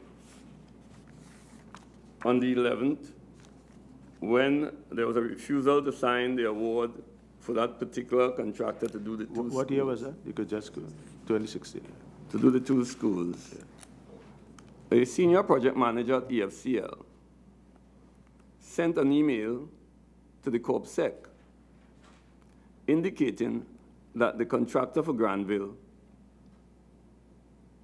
did not meet the commitments as prescribed. 2 days earlier, that senior project manager, Mr. William Roberts, had prevailed upon the BTC that the contractor for Granville could have done it. But on the instant case that the executive head left the office, refusing to sign the awards, an email was dispatched at 3:58 p.m. I remember it distinctly, on that great Friday afternoon. When we were busy, Mr. Chairman, we were busy looking to see about schools and children and teachers in this land. As you know, I was a politician. I was a senator. I was a senator in the Senate on 3 occasions. I was a banker. And here we have people playing games with the children. I was also the chairman, I'm not bragging, I was also the chairman of Bishop Anstey Junior School. I know about schools. I know about what should be done. I know about education. And we have people playing games at EFCL. In the name of what? I leave it to you, Mr. Chairman. Again, I want to thank you for your frankness. Allow me, MP Karim. I think that this is troubling. Again, it is deeply troubling. But we appreciate your frankness, because what is emerging is a pattern of malfeasance in public office. There's a pattern. And I'm deliberately interjecting here because I want to get a sense from the line ministry. Did you, as the line ministry, understand the depth of the challenges with the tendering process, where the Ministry of Education is charged with providing facilities to make sure that the children of this country are properly educated. What is being described to this committee here this morning is that those who are supposed to actually do the infrastructural works, to keep the process has been compromised to the best efforts of those who are charged with governance. Did the Ministry of Education have any sense of what was going on here to help the board? We're trying to understand, because somewhere along the line, this system is broken. Could you help us, Madam Permanent Secretary? Yes, again, Chair, good morning. The Ministry of Education, we recognized, even in terms of sometimes the scope, the requirements for the scope of works for the schools, we would have to intervene. So my team, the Education Facilities Division, would be working along with EFCL. The tendering procedures, we would normally request that EFCL follow the manual, and they would also give us their procedure. In recognizing that we had issues, we would have written to the Investment Division requesting an audit to be conducted. We would have written twice. We were told that we had to wait to get this done.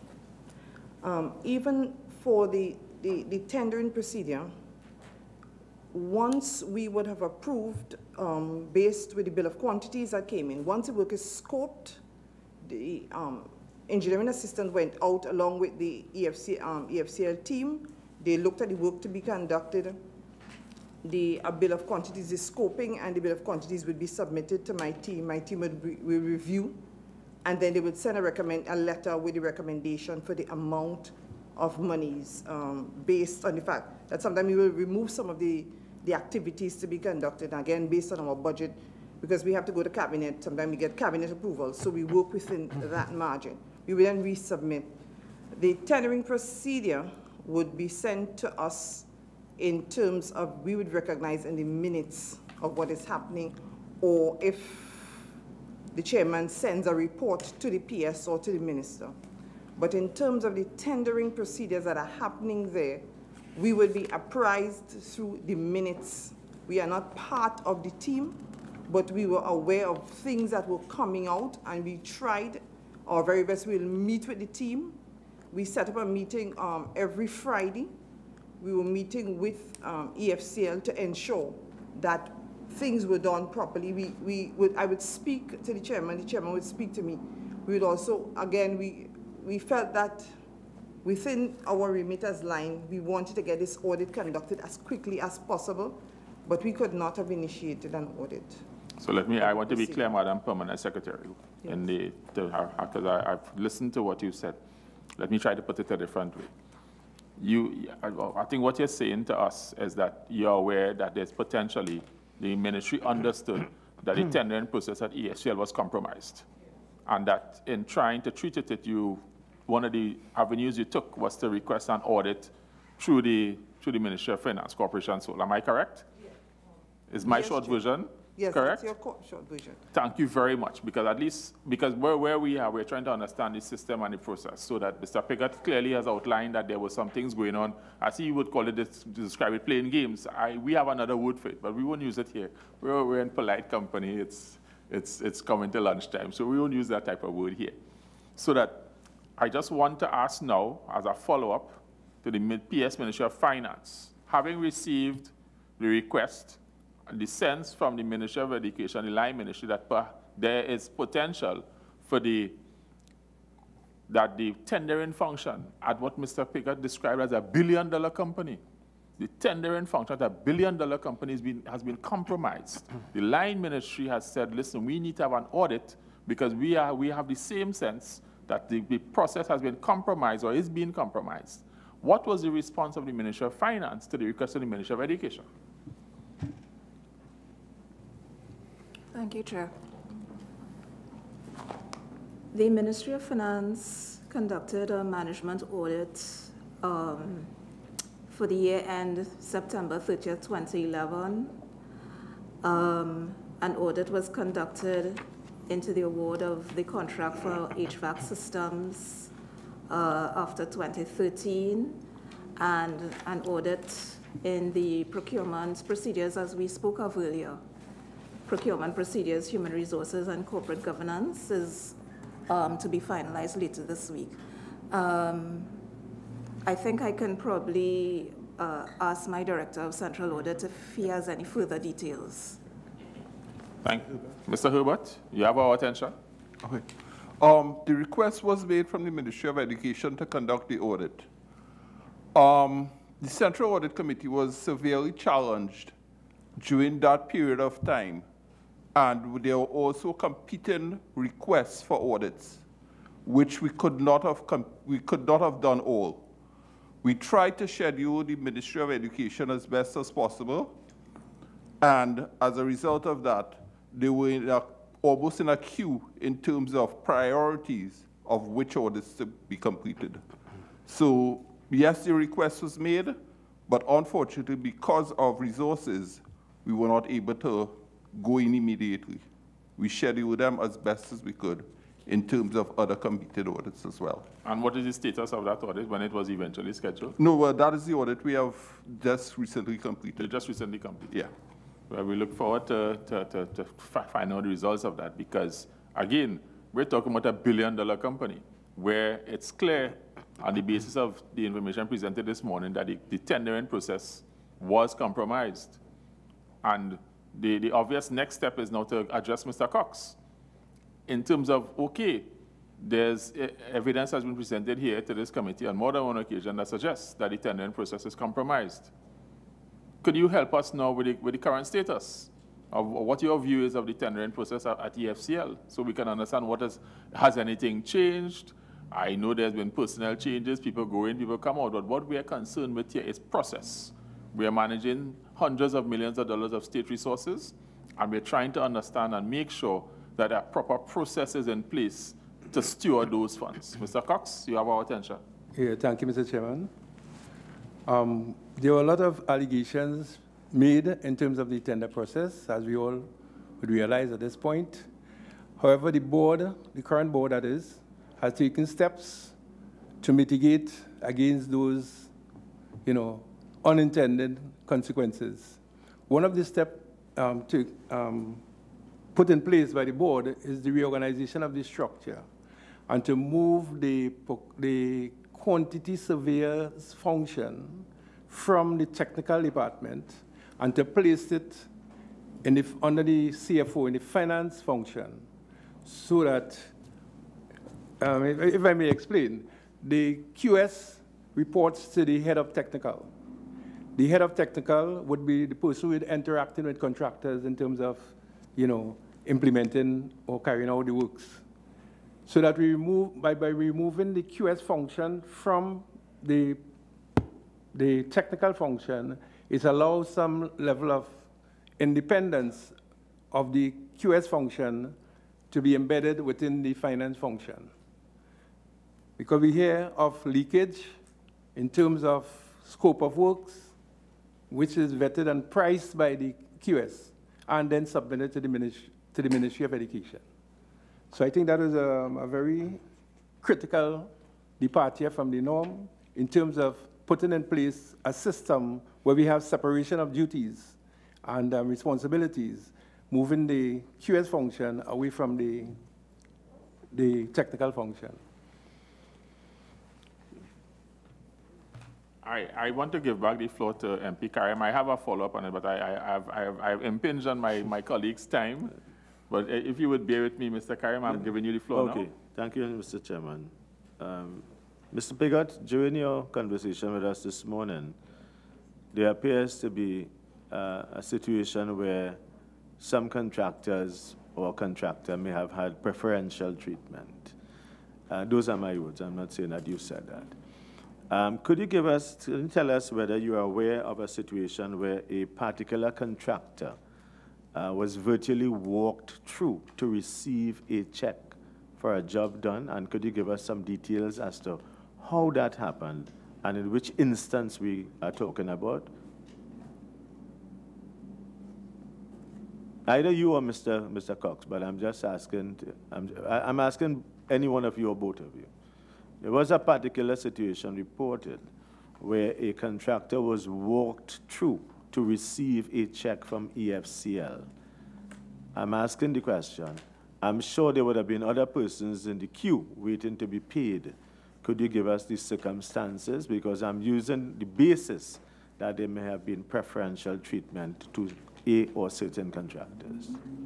To the Chair, Member Karim, that matter was brought in the public domain. I think it was published in several newspapers. And currently, the matter is being investigated by the Integrity Commission. So I'll ask the Chair to rest at this point. All right, we will have to protect Mr. Cox on that question. All right, let me ask Mr. Piggott. You indicated this morning that on one occasion, out of an abundance of caution, you had to visit the Minister of Education and the office at that time of the Acting Attorney General. Would you have had any more such instances where you would have had to visit these offices? And if so, could you indicate in what circumstance that would have happened? Oh, maybe I may have gone too fast. It is that the Attorney General held a meeting at our offices, EFCL's offices. And also, whenever we had meetings with the Ministry of Education, those were held at the office of the Minister of Education. Okay. Would you say that the concern that was raised or concerns that were raised at that time, and I'm asking whether there were any such follow-up meetings of a similar nature? There was no need for follow-up meetings in that the shop we ran provided for the chairpersons of the various committees, audit and legal, human resources, finance and ICT, HR. At those meetings, they are allowed to speak and speak the truth.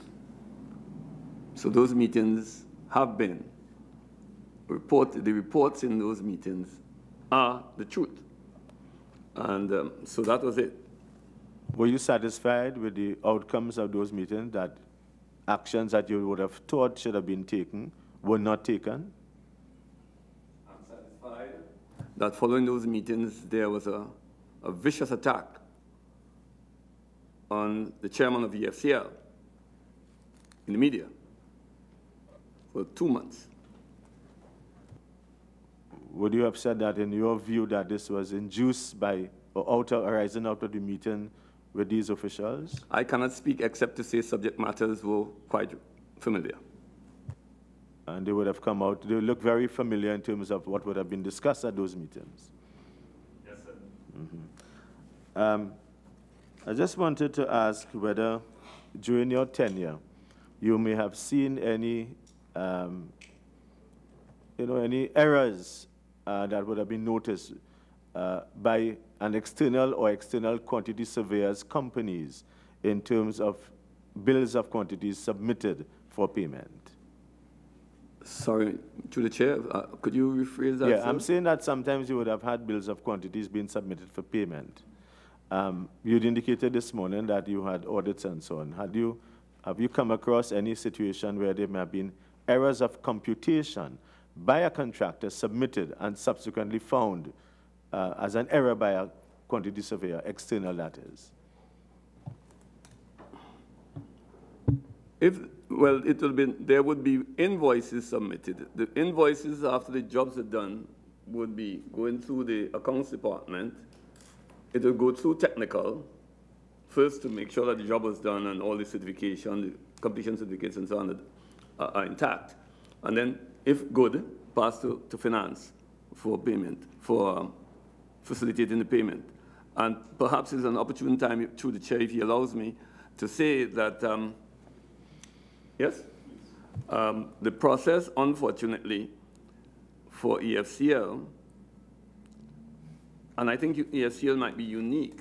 It's the only institution that we know that gets no subvention from the state.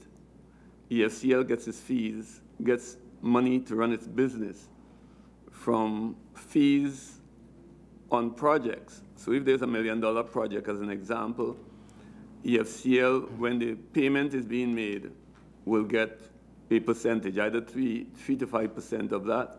And it is from those monies that the operations of EFCL will be run. But to the extent that EFCL, to the extent that the Ministry of Education or the Ministry of Finance doesn't make the payment to the contractor, doesn't provide the money, EFCL becomes starved of money to run its operations. So that what we get is an instruction to do a job, we get a commitment that we can go ahead and do the job, but we don't get the money. It is when the project is finished and all the certification and all the paperwork is done, and we send it from EFCL to education to finance, and following that same route back, that the payment can be effected to the contractor. Hence the reason for the large amount of payables to contractors. And it is not a very good,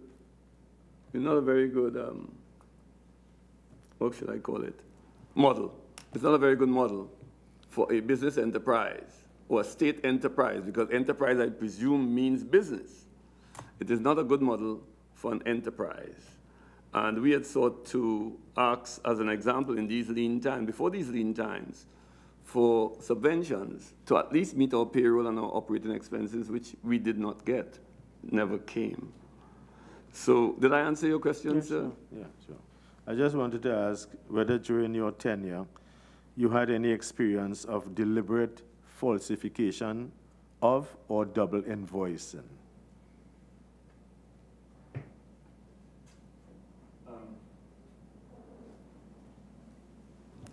No, I would say I haven't physically seen any. What I can tell you, though, is that part of this great PwC engagement was a validation exercise, so that in the face of the $700+ million,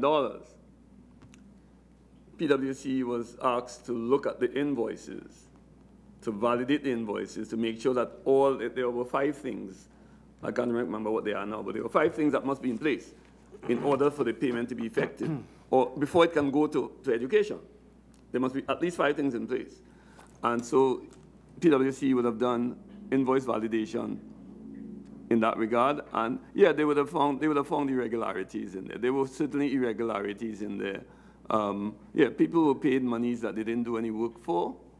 Yes, I think I said that in my opening as well, that some contractors got as much as 20% of the contract sum, but did 0 work. I said that in my opening. And one of the things I also want to reiterate is that the state would need to find at least $1.7 billion to complete the 108 schools that are incomplete. And it's a very significant thing. How that will be addressed is a matter for the state. Mr. Piggott, you know, earlier on again, you alluded to the fact that under your watch, all schools would have been reopened on time for the reopening of schools. But what we had seen, and again from media reports, is that the very schools that were opened on the very day that school reopened, not too long after, maybe in a few days, or shortly thereafter, would have been closed again for repairs. You're aware of some of this? And if so, you know, what may have caused that? Well, there are a number of things that can happen. Schools are closed for varying reasons. Yeah. Schools can be closed for varying reasons. They can be closed because there are bad drop-ins. They could be closed for no water, a whole range of things. They could be closed for sewer issues, so that you might have done repairs on the infrastructure, but if the sewer system is not working when the school reopens, then the school has to close. Now, there are other issues, MP Karim, that you'll be familiar with. You're a politician. So there are other issues within the politics. Well, I noticed both of us would have had some tenure there, you and I. But I was really going in the direction of, were you satisfied? And that's the key question, that having opened a school on day 1, that very shortly after, there would have been a concern in terms of the quality and the integrity and the claim by contractors? No, in anything you will have some deviation. I mean, let's face it, even your own house. So when the contract is signed off as complete, you take it as complete, but then there are issues that may arise. And therefore, you'll have to find that the school has to close. Did you have a situation where, if that happened, and on whatever occasions? Well, we send somebody back, we'll send somebody in right away. Right, and would you have noted if it's a particular or a few contractors who are repeat offenders in that way? I'm just using that terminology. Have you had a situation like that where, you know, like in our experience, we have people, we notice some persons who will do a job, but soon afterwards, and in more than one occasion, we had concerns for the quality of work. And therefore, as you mentioned, in terms of your interest in the education of the children of this nation. Yes, we were not able to track that in any particular, in any scientific or managerial way.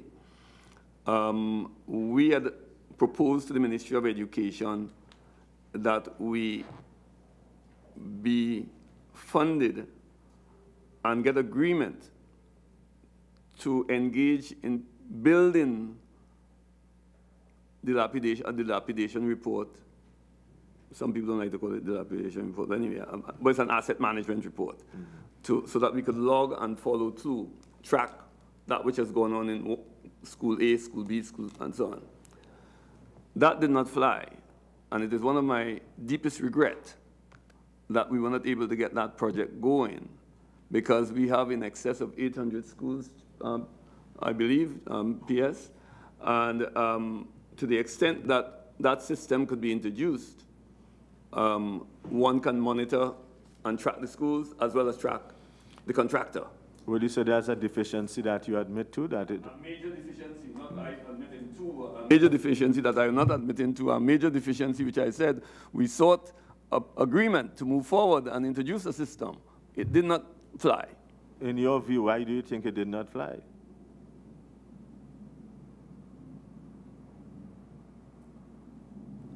Funding. Funding would have been the key drawback. And it would not have been by any extraneous means other than that? No, it would not have been neither administrative nor other by way of intrigue. But it's a question of political will to get it done, or PS, permanent secretary, if permanent secretary has the influence. Was there a political will to continue with contractors who were errant? I'm asking based on what you're saying and the questions I was asking, that whether you think there was a political will to continue with those contractors who are not living up to the expectations. No, not at all. That's a question of governance. Yes. Our board was clear that if there was no delivery or poor delivery or untimely delivery, that no go. But it's now the call of the new board. Well, I just want to conclude with this line, in that would you, during your time, or even if Mr. Cox could indicate, where we have found contractors like that, wanting in the sense that they would have been given a job, they would have been given fees, in some cases they worked or didn't work well, that they continue to receive the awards of EFCL for jobs. To the Chair, currently we are looking at,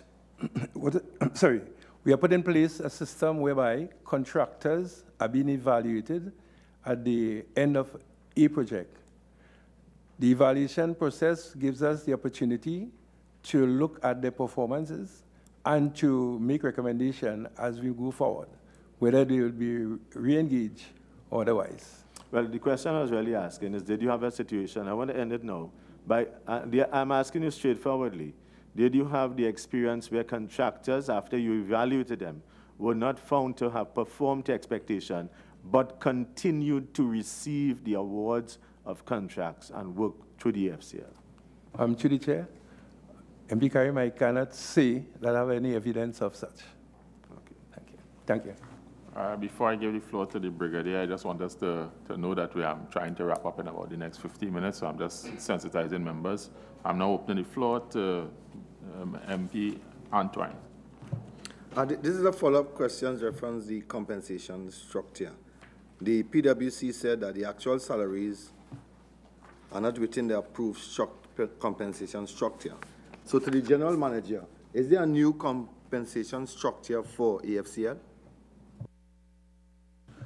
Currently, EFCL, as a matter of fact, on the last board meeting held on the 23rd of October, it was confirmed, a new structure was confirmed, and we have to take it the next step further in that the salary ranges will be compiled and sent to what we call the Human Resource Advisory Committee, which replaces the PNCD.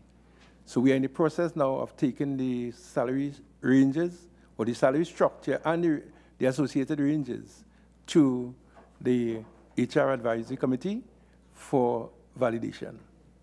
Thank you. Senator Mark. Yes, Mr. Chairman. Mr. Piggott, just again, I want to get some clarification.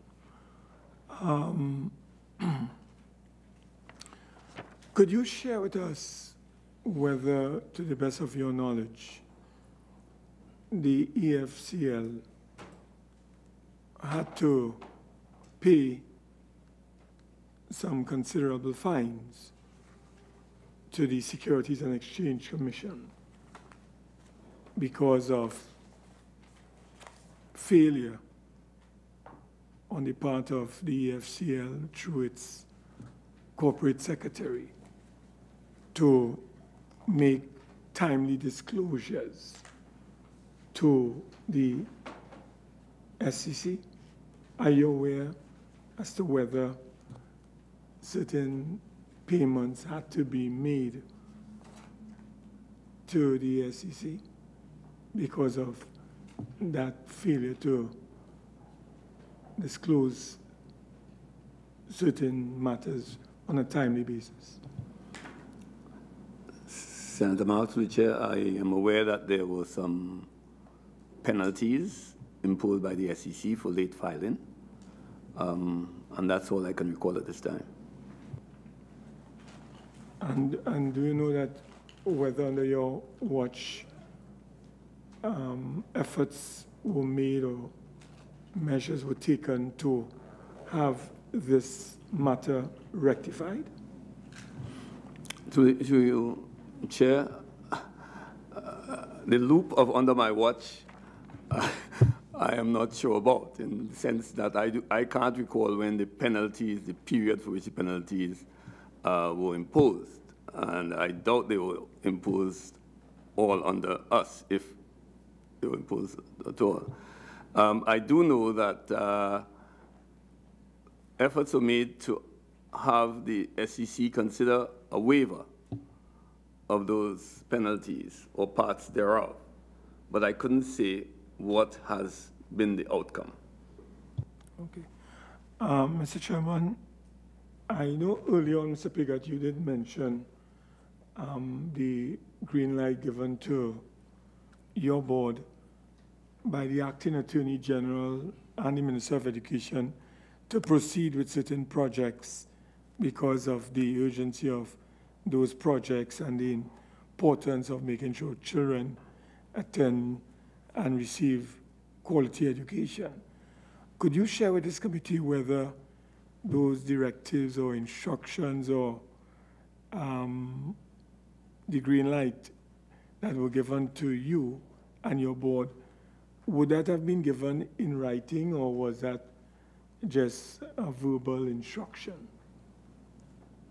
I couldn't at this time say whether it came in writing, sir, but it was agreed, and I know that it was documented in-house by the corporate secretary about the conversations which were held, including the time of day that the conversations were held. Well, Mr. Chairman, through you, could I ask Mr. Cox to make available to you and to this committee those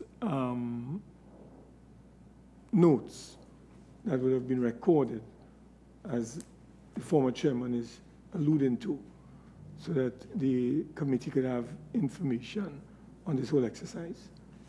To the chair? Yes, we will do that. And I would like to ask Mr. Cox this question.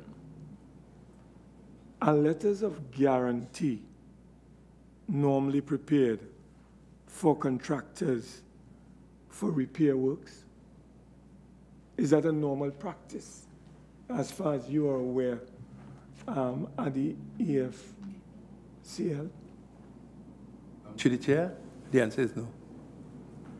And are you aware, from your experience and from the records of the EFCL, where there were instances of letters of guarantee being issued to contractors by the EFCL?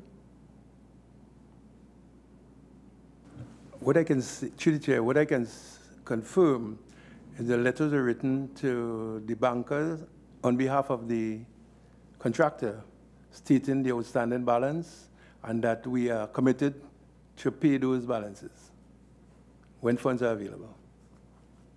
If it is not a normal practice to issue letters of guarantee, in other words, there is no policy that you have within the EFCL to effect such an arrangement, would it then be construed as a clear breach if there is evidential material evidence to show that contractors were in fact issued with letters that guaranteed their payments for works done to repair schools and other facilities falling under your jurisdiction? To the chair, EFCL doesn't have the authority to issue guarantee unless it, is something that was sanctioned by the board, and it's a legal document that you prepare. The guarantees that we would look at is from the Ministry of Finance, who would give a guarantee for the wider loan for the operation of the EFCL. But to give a guarantee to a contractor is a legal document and a legal process that you have to enter into. We need to look at it whether we're talking about a legal letter of guarantee or a statement or confirmation of amount outstanding. Well, my final question is to the PS of the Ministry of Finance. Given what Mr. Cox has said, do you know of instances where the EFCL would have issued letters of guarantee to contractors for work that they would have undertaken on behalf of the EFCL? And given the fact that he has said that is not a normal, it is not a policy, and it is not a practice that was ever undertaken by the EFCL, how would you respond to instances where this was actually done?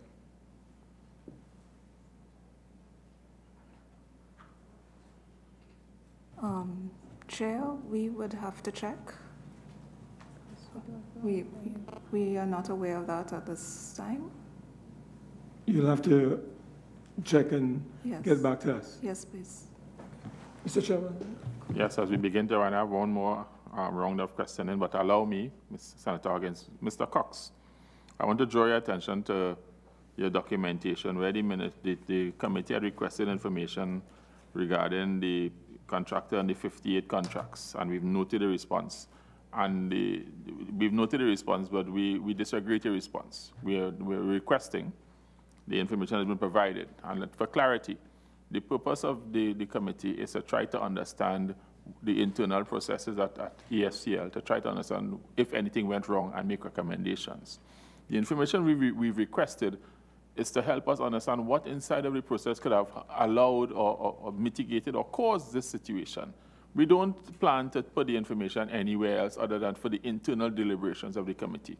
So the committee will be communicating back to you, again, reiterating its request for the information regarding the contractor who got the number of contracts amounting to over $900 million. And we expect that we will receive the information as per the usual cooperation from state entities. Okay, Chairman, we will. Good. I now give the floor to Senator Huggins, who will be asking the final question. Thank you, Mr. Chairman. To Mr. Pigott, this Millhouse situation with these falsifying documents that you met when you assumed office, I just want to confirm in the interest of the public, if after the actions you took in terms of making the necessary reports to the police and so forth, if this Millhouse is indeed shut down. To the Chair, most definitely on the day it was discovered, it is the day on which it was shut down. Okay. Okay. As we begin to wind this session up, I have one last round of questions for Mr. Pigott. Mr. Pigott, you weren't here at the last session, but at the last session, and perhaps for the other members attending, Permanent Secretary of the Ministry of Finance, P.S. Leachy, outlined in her contributions to this committee that the ministry had received some communications from the Acting General Manager of EFCL. And in her words, these were the concerns outlined in that documentation. One, that the board was encroaching on the responsibilities of the staff of the EFCL. Two, that the board had approved unqualified personnel for appointments. Three, that there were improprieties in the procurement process. I think we've spoken quite a bit to that today. And that four, board members were abusing the resources of EFCL and using same for their personal use. Now, the timeline for this would have been November of last year, so just about a year ago. So I would like to get a response from you on these matters that were outlined by the PS Finance, Ms. Suzette Leach, at the last session, because these were communicated in writing to the PS by the Acting General Manager. Did you have a response or comment on this? If you'd like me to repeat any of them, I will be. Okay, the first one is that the board was encroaching on the responsibilities of the staff of EFCL. Two, that the board approved unqualified personnel for appointments within the company. Unqualified. Yeah. Three, there were improprieties in the procurement process. That's more for information because we've dealt substantively with that today. And that four, board members were abusing the resources of EFCL and using same for their personal use.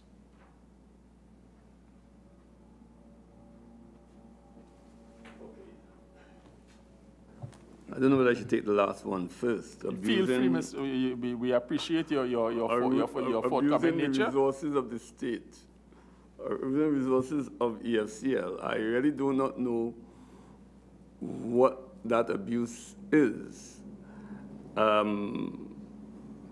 So I couldn't speak to the abuse. I believe, though, somewhere along the line, there was some issue aligned to that about lunches. And if there are people in EFCL who are so idle to be concerned about a lunch for a director who's working and sacrificing, although he gets a stipend, if it is general, then I think we need to look at do a deeper look at the people who have nothing to do at EFCL to be doing that. Secondly, I'm not aware of the people who are unqualified persons. Thirdly, encroachment. In my opening address, I did indicate that there was a void of 7 months. Maybe we should be paid $40,000 a month each. There was a void of 7 months without a CEO. And I would say that I would think even in your house here, sir, in your joint select, if all the staff in in the chamber disappear, I'm sure you would step up to the plate and fill the breach. So that in terms of encroachment, I didn't see it. I saw that the board that was committed and dedicated were taking action to ensure that the students and teachers of this land receive appropriate and environmentally friendly facilities. In terms of the procurement, well, we discussed, but the procurement that we are talking about, improprieties in procurement. Chairman, Mr. Chairman. Yes, sir. I referenced earlier that there were irregularities in the procurement and that we had identified certain misbehaviors. I think it may be a case of, looking back at oneself.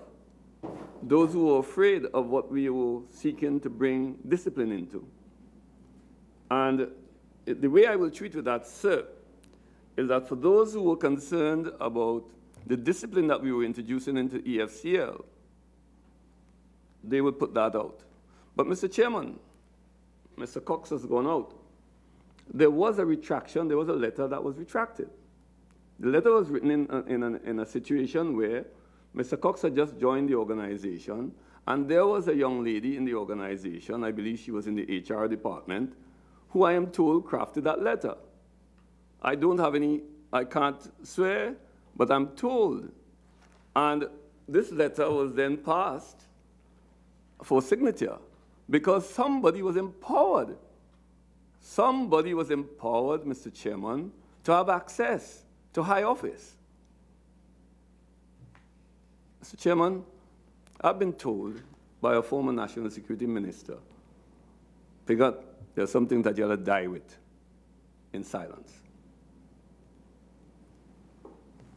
I say to you that I refer you, therefore, Mr. Chairman, to ask for the letter of retraction respectfully, that you ask that the PS who spoke it in the records of this August chamber be asked to produce the letter of retraction which was signed by Mr. Cox, who has left his seat. There were people afoot in that EFCL there are people afoot in the EFCL that need some work to do. They are not about advancing the national interest. They are not about advancing education in Trinidad and Tobago. They do not know why they exist in AFCL. They just don't. And consequently, they are about making mischief and conspiring to damage the reputation of good people. There are good people in EFCL. The good ones have left, most of the good ones have left, sir, since I left. Incidentally, I resigned, and I insist that I resign. The other directors also resigned. The question of a change of the board did not really exist because the people, the residual board is there. The other 5 new people came there, well, not all 5, 4 of them came when we were there. The new chairman was a deputy chairman. So it was all orchestrated to have a desired end. And the end has been reached. Pigot left. I'm happy, Mr. Chairman, in my space. Thank you, Mr. Pigot, and your closing comments there have, your closing response there, your closing comment. Did you ask me for I'm coming to that. I'm coming to that. I know you have closing comments. Where, at this stage, we are going to start to wind up this session. And perhaps just for Mr. Pigot's information regarding the last question that I posed, the Permanent Secretary did indicate that an investigation is underway and they have not yet completed their work on it. So that work is ongoing. So let's see where it goes, including the wonderful other letter that I'm sure is somewhere in the mix. But as we bring this session to a close, I'd like to invite closing comments from first team officials of the Educational Facilities Company Limited, the Ministry of Finance, the Ministry of Education, and then Mr. Pigot, so we can start to wind up. And please, given the extended time today, could you please keep your opening comments, as brief as possible? So, closing, forgive me, a closing comment. Like I want to start all over again. It seems that we've been having fun here. So I ask everyone to try to keep their closing comments as brief as possible, beginning with Mr. Cox. Thank you, Mr. Chairman. On behalf of the Board of Directors, Management, and staff of the Education Facilities Company Limited, I say thanks to the Chairman and members of the Joint Select Committee on State Enterprises of the Parliament for summoning us to this meeting and to account and to provide clarity to matters placed in the public domain and to other issues presented to this august body. Coming out of these proceedings, I am of the view that there are a number of lessons learned, particularly today as a number of questions asked were matched with solutions preferred. In some cases, we saw the need to have facts and figures to give clarity to these responses. However, we are obliged to make submissions in writing to give further clarification on those matters. Also, we know that there is a need to use new and untried ways of doing things to bring to the fore. Notwithstanding the individual contributions and suggestions preferred by the respected chairman and members of the Joint Select Committee, we at EFCL do look forward to your formal suite of recommendations that EFCL is eager to adopt towards making its operation more efficient and effective in the pursuit of achieving its stated mandate. I want to thank PS Durham Kisoon, Ministry of Finance, and your team. I also want to thank PS Matisse Simmons and PS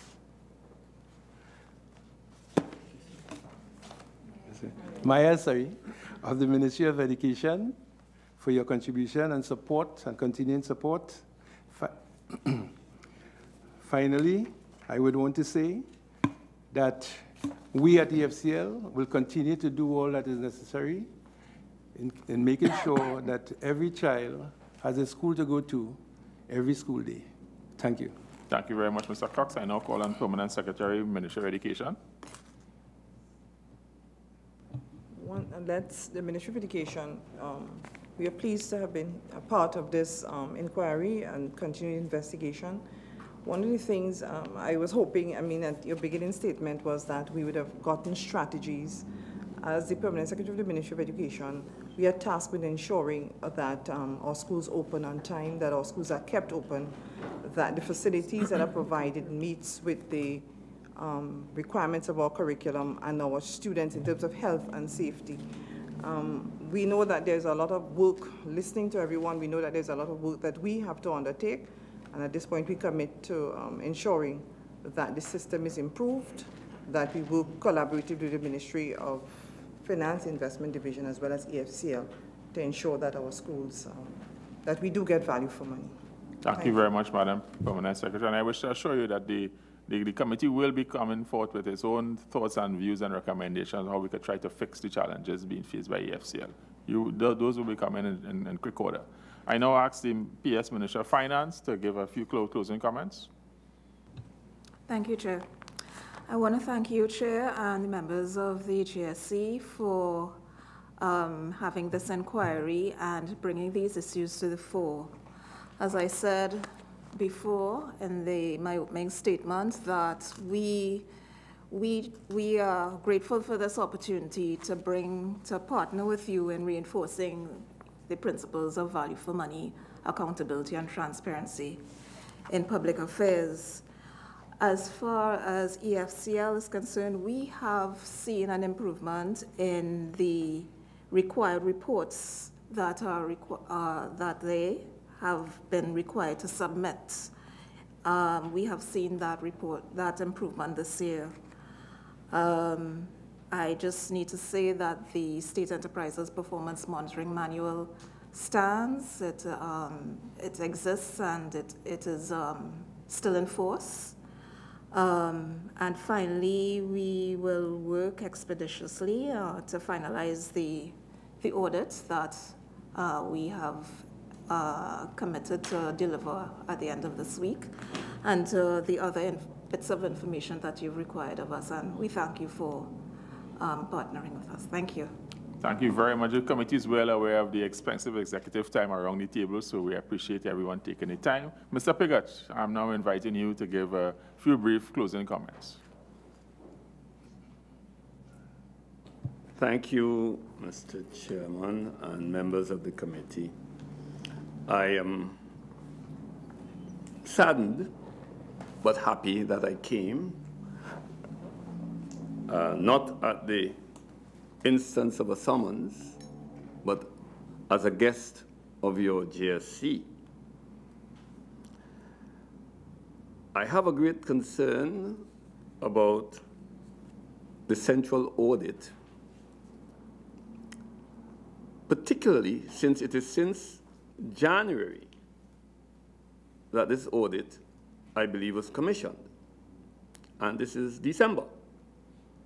And it seems as though one is, here's a question. What are they looking for at EFCL that can take 12 months to be done? It's talk about central audit, but it's going not to end. As I also said before, I have a concern, Mr. Chairman, as to what will happen to the misinformation that has been spoken into the records of the JSC over the last 3 sessions, and in particular the very session in November. And I ask, Mr. Chairman, that perhaps you may wish to be able to advise me what may happen, because there was some deliberate misinformation in the system that had some concerns for me, as for example, the $900 million for 58 contracts, 150 million spent, and the 100 million judgment. I wish to state, though, that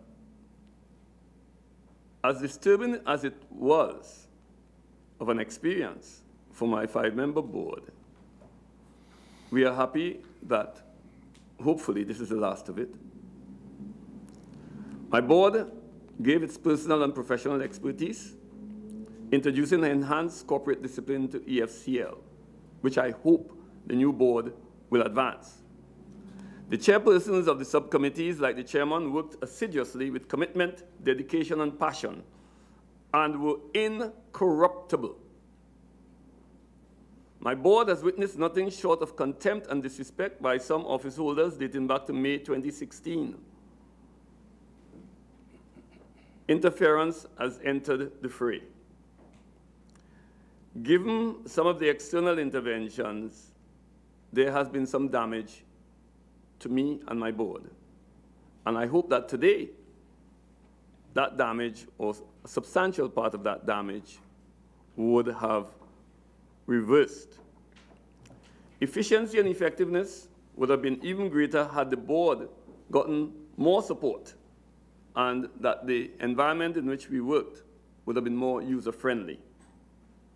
But my board persevered in the interest of providing comfortable, environmentally friendly, and environmentally accommodating infrastructure to the hundreds of teachers and thousands of students in several parts of Trinidad and Tobago. No corporate body can prosper with great efficiency and effectiveness, which you are measuring, Mr. Chairman, in the face of hatred and intrigue fueled by interference. I repeat, no corporate body can prosper with great efficiency and effectiveness in the face of hatred and intrigue, interference, clandestine functionaries within and outside of the state enterprise, and there is a lot of clandestine functionaries in EFCL. I submit that perhaps one of your recommendations to the EFCL may be a review of the human resource and information technology functions to determine to what extent the players aided and abetted by external parties may be perpetuating dysfunctionality at the EFCL. I have been advised that there has been a wholesale or whole-scale change of attorneys since the new board assumed office, Mr. Chairman.